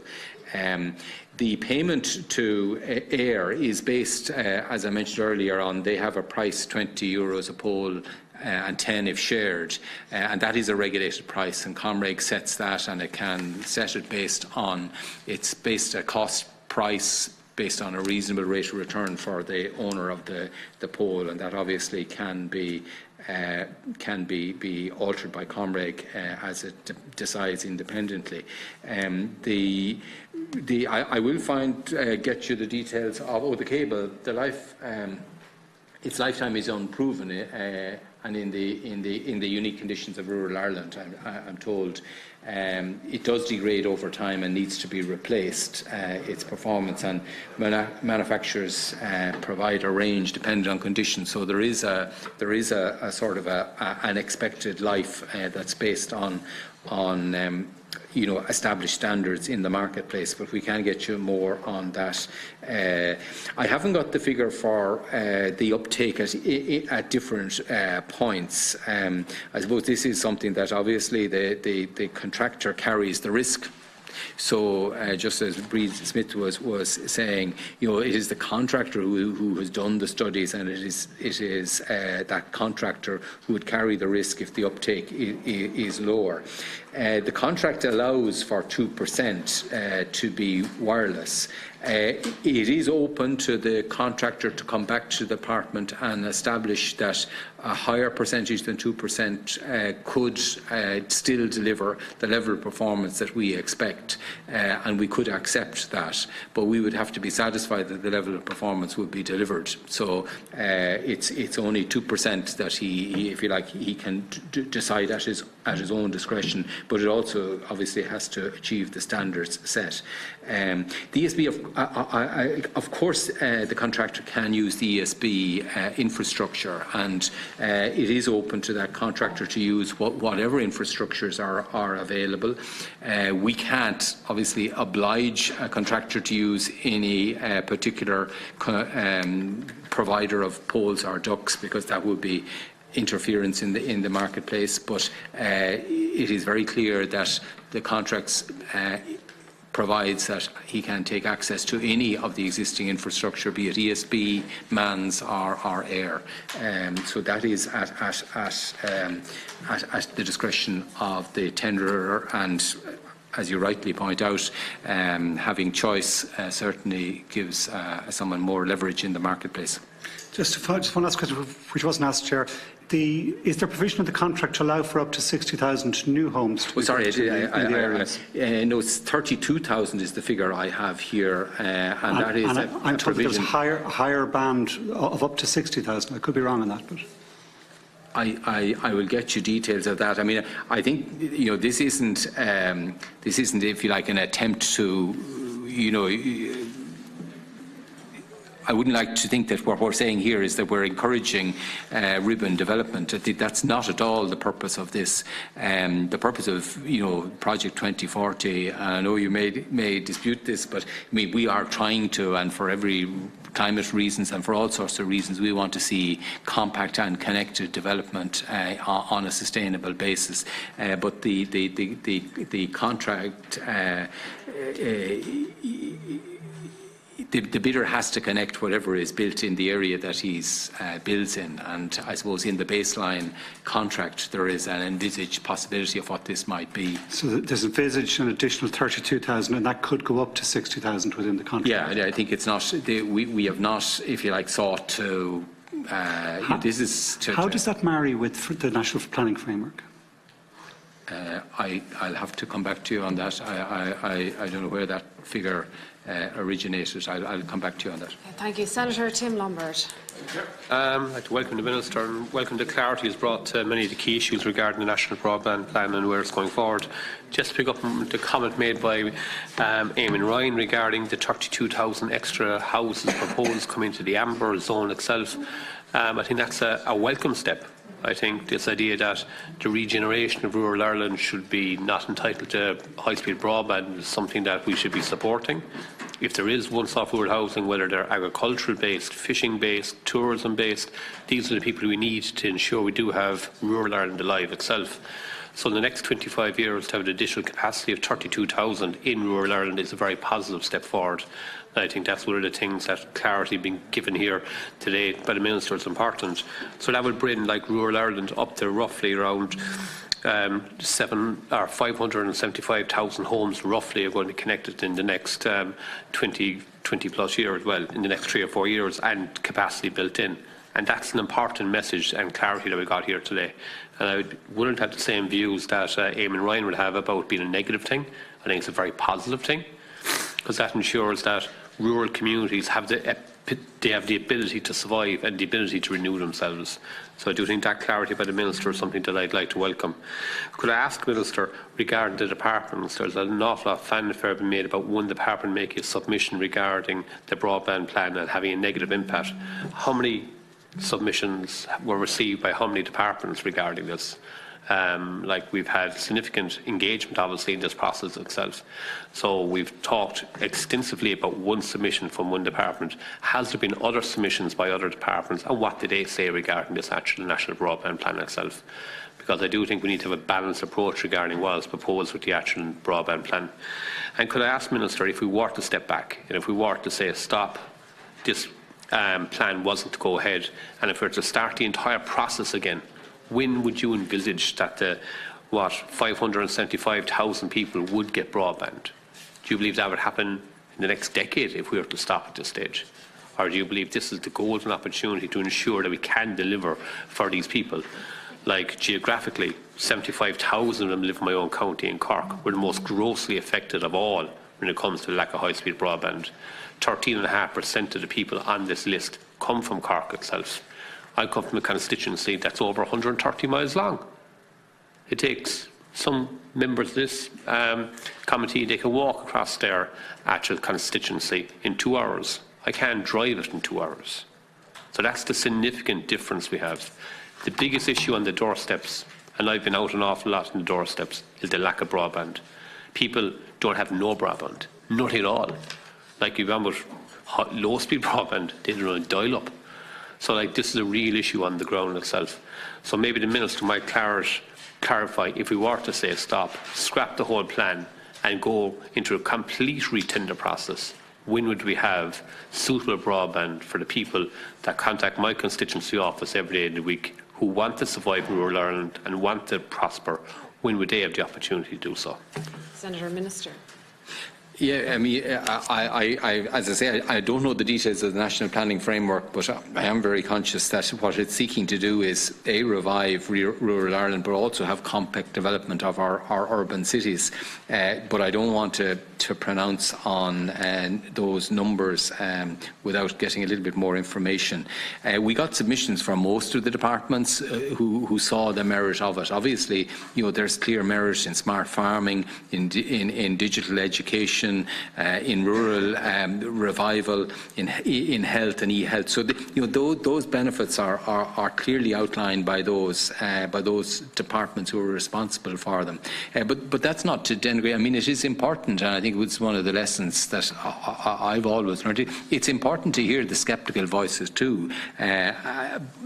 And to evaluate them. But at the end of the day, the state has to make a decision. And as I said down in the Dáil, one of the most momentous decisions that was ever taken was to introduce free second-level education. It has changed the shape of Ireland, the face of Ireland, and yet that was one that was opposed by, well, it was the then Department of Finance. So, you know, governments make decisions, and we rightly elect governments, and it is our peers, people who are elected, who ultimately make these decisions. But we listen to those advice, and those advices were closely listened to. I can assure you that hours and hours of evaluation was put into looking at the various sceptical challenges and alternatives that were raised. In terms of to start again, the minimum estimate that this would take 37 months is the figure that I've got to start a new process and get it going again, where you would have a new procurement process. So that is over 3 years is what the expectation is if you had to start from scratch again. Thank you, Senator. I'm going to bring in Deputy Jonathan O'Brien. Where did you get that figure, Minister, of 37 months? Where did you get that figure of 37 months? From department, it was the department evaluation of this. So that when the alternatives were being evaluated, they looked back at what would it take in terms of a fresh state aid notification, a fresh state aid approval, an undertaking of a new procurement process, a teasing out of that procurement process, and moving to a final decision and the signing of contracts. It's not a short process. Anyone who's seen procurement process of this nature. Has that been made public? I think it has, yeah. Yeah, it has, yeah. It's been in there. Is the KPMG appraisal report that was published in May, it talks about a number of alternative options. And it says that there was no costings or detailed cost-benefit analysis provided for any of the alternatives within the report. Is that correct? So are you taking, we've dealt with that already, but do you want to, I'll go back and take your question. Do you want to questions. list out the questions there, Deputy Well, see, O'Brien? the next question depends on the answer. Yeah, he's already made reference to that earlier in our meeting. Yeah, so I'm just asking him to confirm that there was no cost-benefit analysis done and there was no costings done. No, the position in relation to each of the alternatives was, depending on each alternative that was looked at, the key element where this represented a departure from the existing plan A, if you like to call it that, was evaluated in detail. So, for example, if you were looking at a wireless technology instead of a fibre technology, we undertook an evaluation of what would be the cost, what would be the reach. So when you found that the cost would be greater and the reach would be less, if you like, we didn't undertake a then further cost-benefit analysis, because by implication it meant that the benefit would be less and the cost would be greater. So the cost-benefit analysis would be inferior. But we didn't ask PW, whatever you call them, PWC, to do that exercise, because it was moot, if you like. We had done in the same way as we, where we looked at say the ESB as being a possible alternative. What we did was had to look at what would happen to the existing tender if you simply went back from the existing tender to someone who dropped out of the tender and offered it back to someone who wasn't there, who had dropped out. That would be unfair to the person who had proceeded through the tender phase and incurred the money of getting to that level when others had fallen away. So that would be seen to be an unfair legal process. We could terminate the contract and then consider the ESB, but what was then clear was that to do that, the advice we got both from the European Union and from our own Attorney General was that to do that you would then have to conduct a fresh procurement process. So the ESB could only be considered a player if they won a fresh procurement process that was set up again. So we took a judgment that to lose 3 years and to then have a fresh procurement process being undertaken only to, and the likelihood that the ESB wouldn't be more cost competitive, because we did have some knowledge of their cost models. So I suppose what we did was, in each case, we did the level of analysis of the alternatives that would bring us to a point that we could make an informed decision. But that didn't require in each and every case that a new cost-benefit ratio would be undertaken, because on the benefit side it essentially is looking at the number of people who are connected and the potential benefits that they would acquire from being on the system. Then on the cost side, you had what we would looked at the cost, or looked at whether this reached the same number of people as the alternative proposed at the Plan A. So you didn't have to, in every case, do a fresh evaluation. But in every case there would have been some level of financial appraisal done.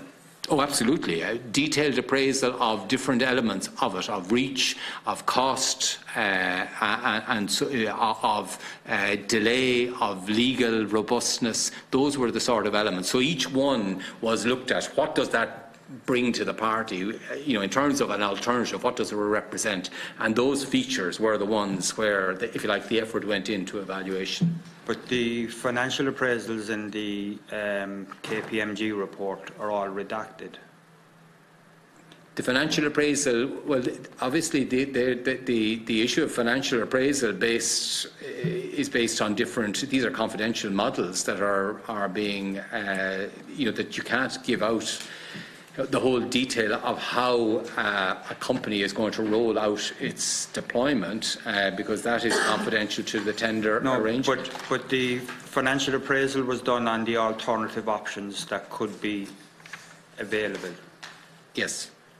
But they were all redacted, so we don't have any information on those alternative options. We have no cost-benefit analysis, because in some cases you said it didn't need to be done, because of the initial appraisal indicated that there was no point in proceeding to a full cost-benefit analysis. But every option did have a financial appraisal done on it. Yeah, no, but we those... don't have any of that information because it is completely redacted in the KPMG report. Why is that? I presume that was because these are evaluations that are confidential to the operation that's going on. I mean, you're looking at alternatives. You're getting confidential information from players who could be players in this. If it was the case of the ESB, obviously there would have been discussions with the ESB. You're not going to put into the public domain information about But why not when the public are paying for it? Surely because we have a right to know what this is confidential information. This is a procurement process in a sector where there are different companies competing, and they have a right to protect their information. And the state, it's not, it is, we could.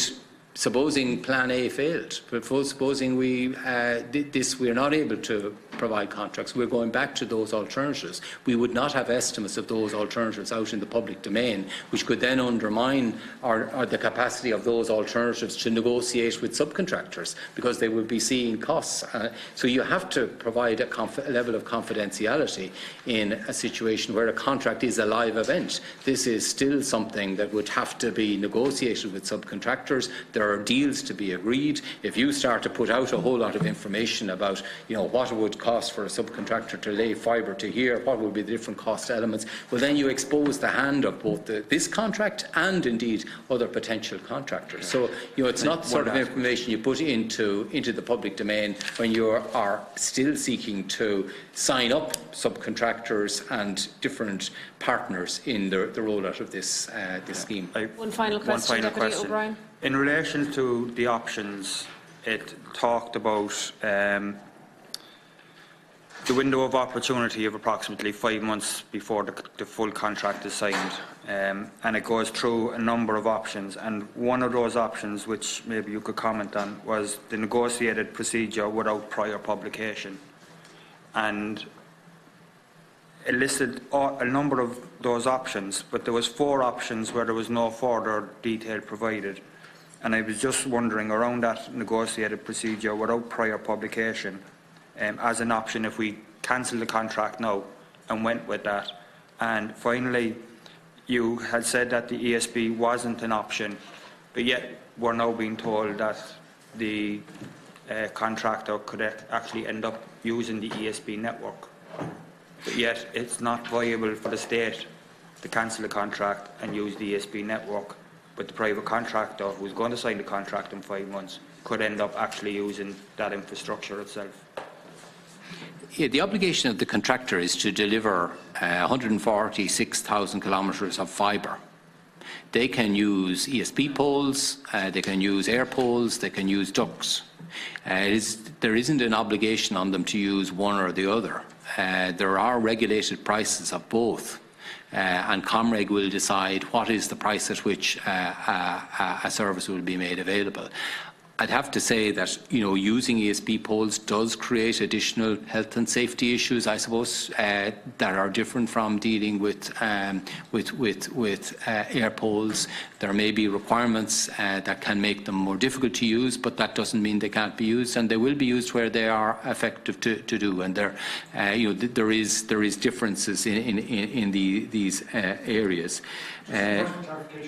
Very briefly. The use of ESP poles isn't regulated at the moment. The government needs to do that. It needs to be regulated. Sorry, I beg your pardon. It would be, but that is the intention of Comreg. I'm going to move to... It was just the answer on the negotiated procedure without prior publication. I'm not sure where did the negotiated procedure under what? It's in the KPMG report, right? It talks it's an about alternative. the alternatives. It talks about if you cancel the contract now, you go back to an open procedure with an electronic submission of tenders, and it lists about 12 or 13 of them. But there's 4 of them where there's no further information provided, and one of them, which was the negotiated procedure without prior publication, and it was actually there's no details of how long that would take. It gives details of approximate times the rest of them would take. Yeah, I understand that it has legal risks, and that was the reason that it didn't go much further. But that's, I'll get you a note on that. Okay. Okay, Deputy Eamon O'Queeve. It's the final speaker. First of all, I'd like to thank the Minister for coming in and to say that I believe in a social and equal Ireland, and that means bringing broadband to every house, home, business in the country. And that, I think, has to be the big scene of what we're trying to do. Now, the second thing, I was very, very critical of the plan that spoke about 30 megabits. Because I remember when we were talking about 5 megabits sorting everybody out, and it then became 30. And as early as 2012, I was firmly convinced that it was a gigabit or nothing, and there was only one way of doing that, and that was FFTH. Now, I think there's been a very interesting debate on this issue. But one very good thing about the actual physical feasibility of doing this, and the complication or otherwise of doing it, is that AIR already have done 300,000 houses right across the country, from Ballyconneely, Roundstone, up into Donegal and I don't know which little villages. It's running out the countryside from each old exchange that was built. And people seem not to fully understand that. So there's not a community in Ireland that hasn't now got a digital divide in it, including the community in which I live, which is entirely rural, in Cardamona. And 100 houses have it, and 300 or 400 houses don't have it. And those who've got the FFTH, I hear no complaints. Those who are 100 and 200 and 300 yards away are going absolutely crazy. When can I get it? So the first thing I would say, Minister, they want FFTH, and they want it now. And everything I think about in this is focused on that. Also, Minister, can you confirm or have you information on the rollout of the 300,000 houses? How much of that was on ESB poles? How much of that was on air poles? How much was on the poles and how much was underground? Because my impression is they undergrounded where there's already a duct and where the air cable was underground. They overgrounded along the poles everywhere the old air copper cable, and I wish we could get rid of the copper cable if we put in the fibre, was overgrounded. And I haven't seen any approach into houses yet on the ESB, but I'd be very interested to see did they do that. Because in lots of cases in rural Ireland, the ESB pole is coming in from a totally different direction, because the whole layout isn't along the road. But you might clarify that point, because it seems to be. The second thing is, Minister, can you clarify or give information to the committee as to how many nodes, as I call them, of fibre are now in every county in Ireland? Now, I know they're on the AIR map and they're on your own map. In other words, there's a node of fibre running out about a mile in every direction from each of these old exchanges. And therefore, it seems to me that for anybody to build a total alternative system would be crazy when actually the core of the system is there and it runs out. There's plenty of fibre now as far as it goes, and then it suddenly stops. To continue on to the next house, you just link in. I think we need to have a debate of how this is really configured on the ground as of today, not what you might do if you're starting again.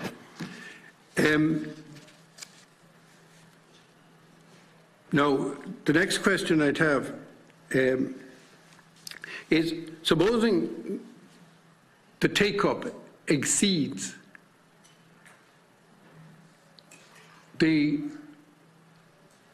projection, does the cost to the state decrease? In other words, if you get a huge, much bigger penetration, or if, despite what Deputy Ryan says, a lot of people build along the lines that are going to be there anyway and want to connect in, and therefore you get a lot more people connecting into this than is there at the present, does the cost decrease?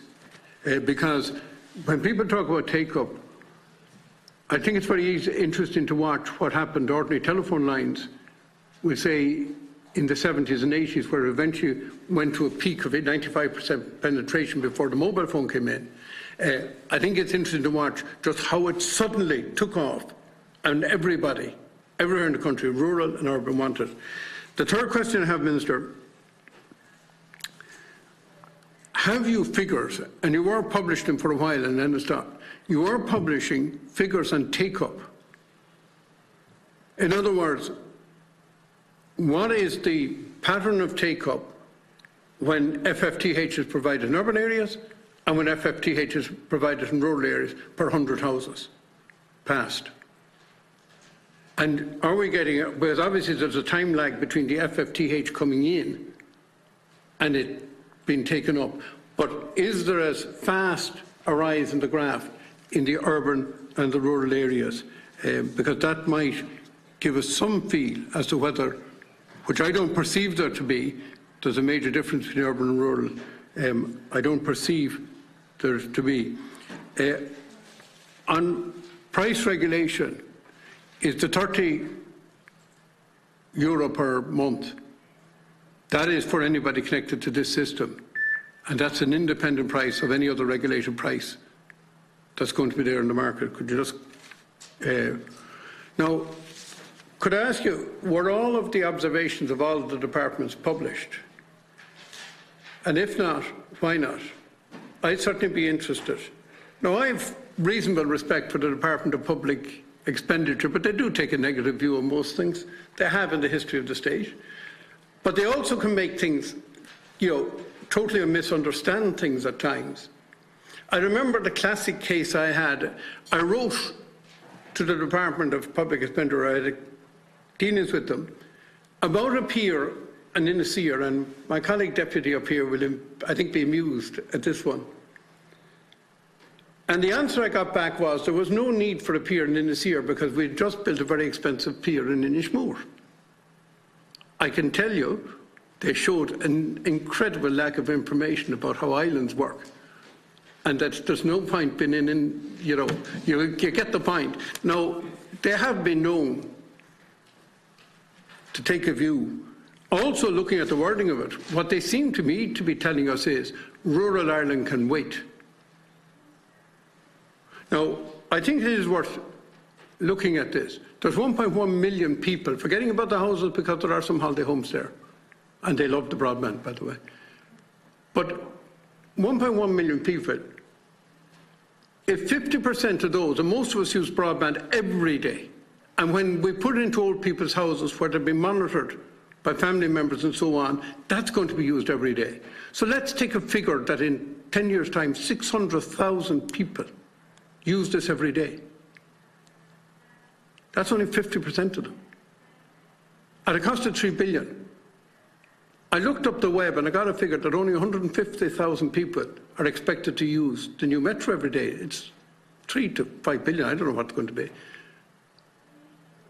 So when I take it per head of population, actually this is working out as a very cheap technology. I think Bus Connect is something like 1 million people, or €1 million. So this actually is quite cheap technology, in my thinking, for what we're going to get. And actually it's going to solve one of the Deputy Ryan's dilemmas. Because if we get all of this broadband, we'll have to do a lot less travelling, because a lot of people who now travel every day to work will be able to stay at home and work. So actually it's going to reduce the carbon footprint. This is actually the biggest game changer on the carbon footprint. So you have a joined up thinking in your department. Congratulations, Minister. Really joined up thinking. This is a huge game changer.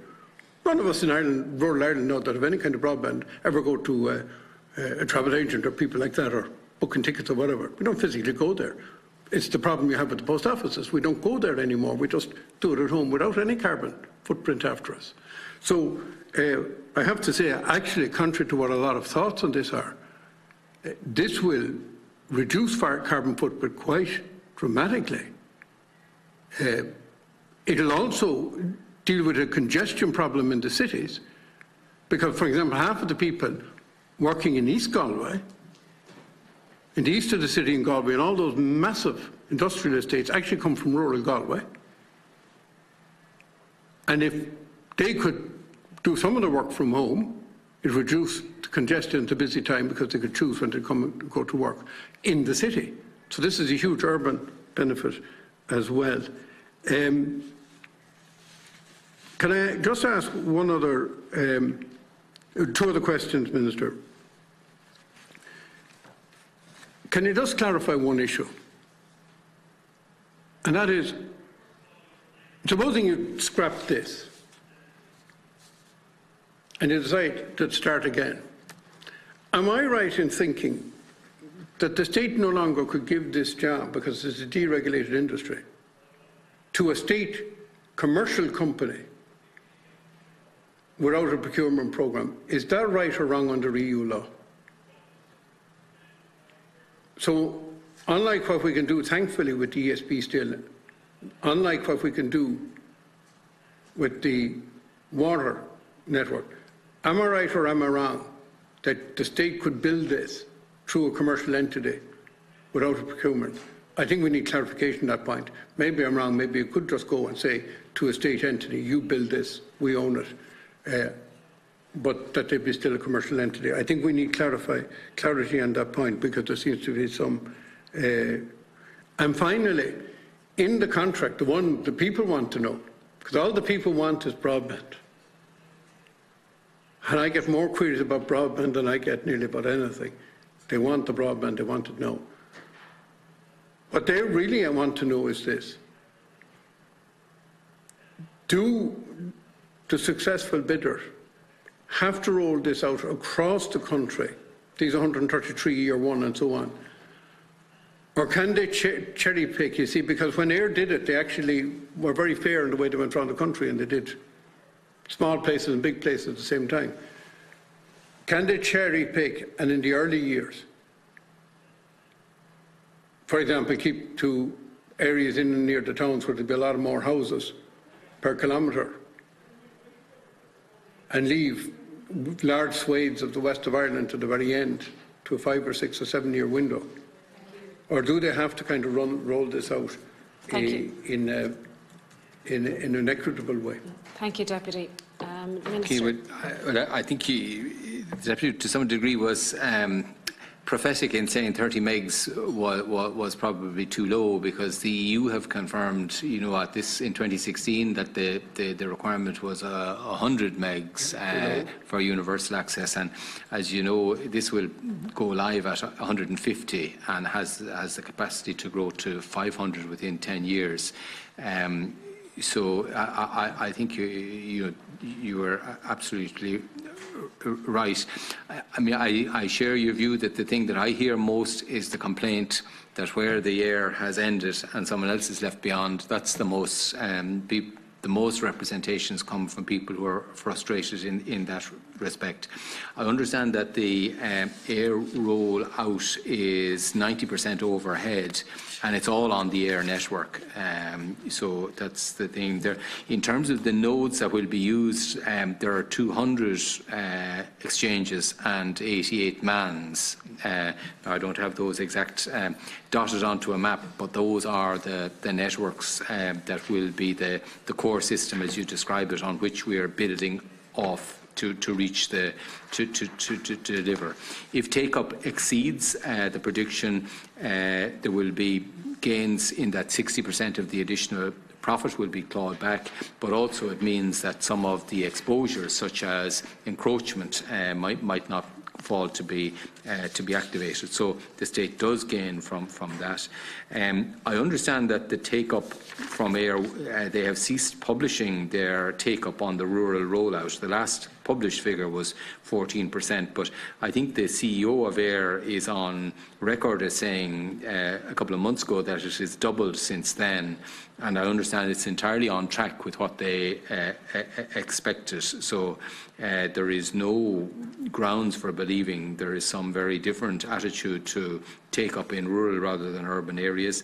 The €30 price is a Comreg set price. If Comreg change, that could change, obviously. I tell you, just one supplementary on that, because I think, I know, but we're getting to the real... The Minister's been here for a number of hours now. I appreciate, Minister, but we're getting to the ones that the people are asking. Briefly. Not the experts, the people. The 30, is that equivalent to what FFTH cost Yes, in the town and city. Yeah, exactly. It's the city price being applied. Yeah, so this is going to be universal price cost. Universal pricing. Yeah, universal pricing. That is absolutely key. Thank you, Minister. Thank you. That's absolutely important, Chair. Thanks. I won't comment on how you get to from Inishir to Inishmaan with appear in only one location. A good rope ladder. The information, submissions to government members are not published. They're not published.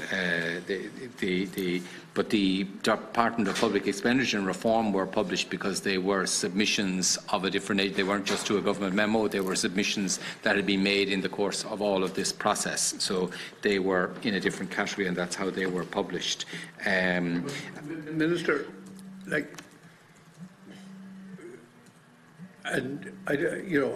want to be fair about this. Just straight down the line, to go to the people. There's a narrative out there in the media that, would give the impression that the weight of advice given to Cabinet was against. Now, is there any way, and in the interest of us getting the full view of the various departments, is there any way that consideration should be given in some form or another of making the views of the different departments available to the public so that we get the full view of what was fed into Cabinet? I'll let the Minister back in. That one is above my pay grade. I'll have to check that out. Ask your boss. For you. Exactly. Okay, I'll just let the Minister continue. India, I agree with you in your analysis. Carbon footprint, I think, will be a big impact. I mean, already in a lot of these progressive, companies have a lot of remote working, and they will only do that if there's a secure fibre link. They won't do it on a wireless-based link. So you're absolutely right that if you were to give this to a commercial state company, you would have to have a new procurement. You cannot do that without a new procurement. You could set up from scratch a state company, so you could set up, create a company from scratch, and it then would procure to get the fibre, but you cannot give state aid to an existing economic undertaking without a procurement process. So you could set up, just to get this right, you could set up a state company. You could set up, and if they knew how to roll out fibre, you could get them to do it. They'd own then the fibre. They wouldn't own the poles. They would have to rent the poles. They would or build their own poles. The position is that within 2 years, the contractor will be active in every single county. I understand they're operating in 110 zones of 5,000 each, is the way that it is gridded. And I presume there will be a certain logic based on the nodes as you describe them. So if they're working out of demands and the air exchanges, that will be the base on which they will start. So they will be seeking to deliver on a least cost basis. But I think it is certainly the intention that this will be done in a fair way. This wouldn't be, and they have to hit their targets. But the company will be making clear its plans at a very early date.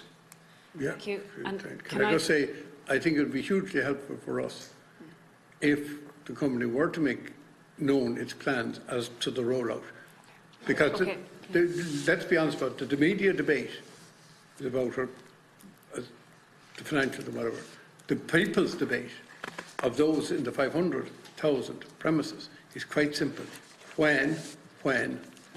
Thank you. And on that note, Deputy Eamon O'Keefe, I'd like to thank Minister Richard Bruton and Minister of State Sean Canny and all your officials for coming in here this afternoon for what I think was a very comprehensive response to the questions by all deputies here, and we look forward to engaging with you over the coming months. So on behalf of the committee, thank you and your officials, and this joint committee stands adjourned until 9:30 a.m. on Thursday the 16th of May. Thank you.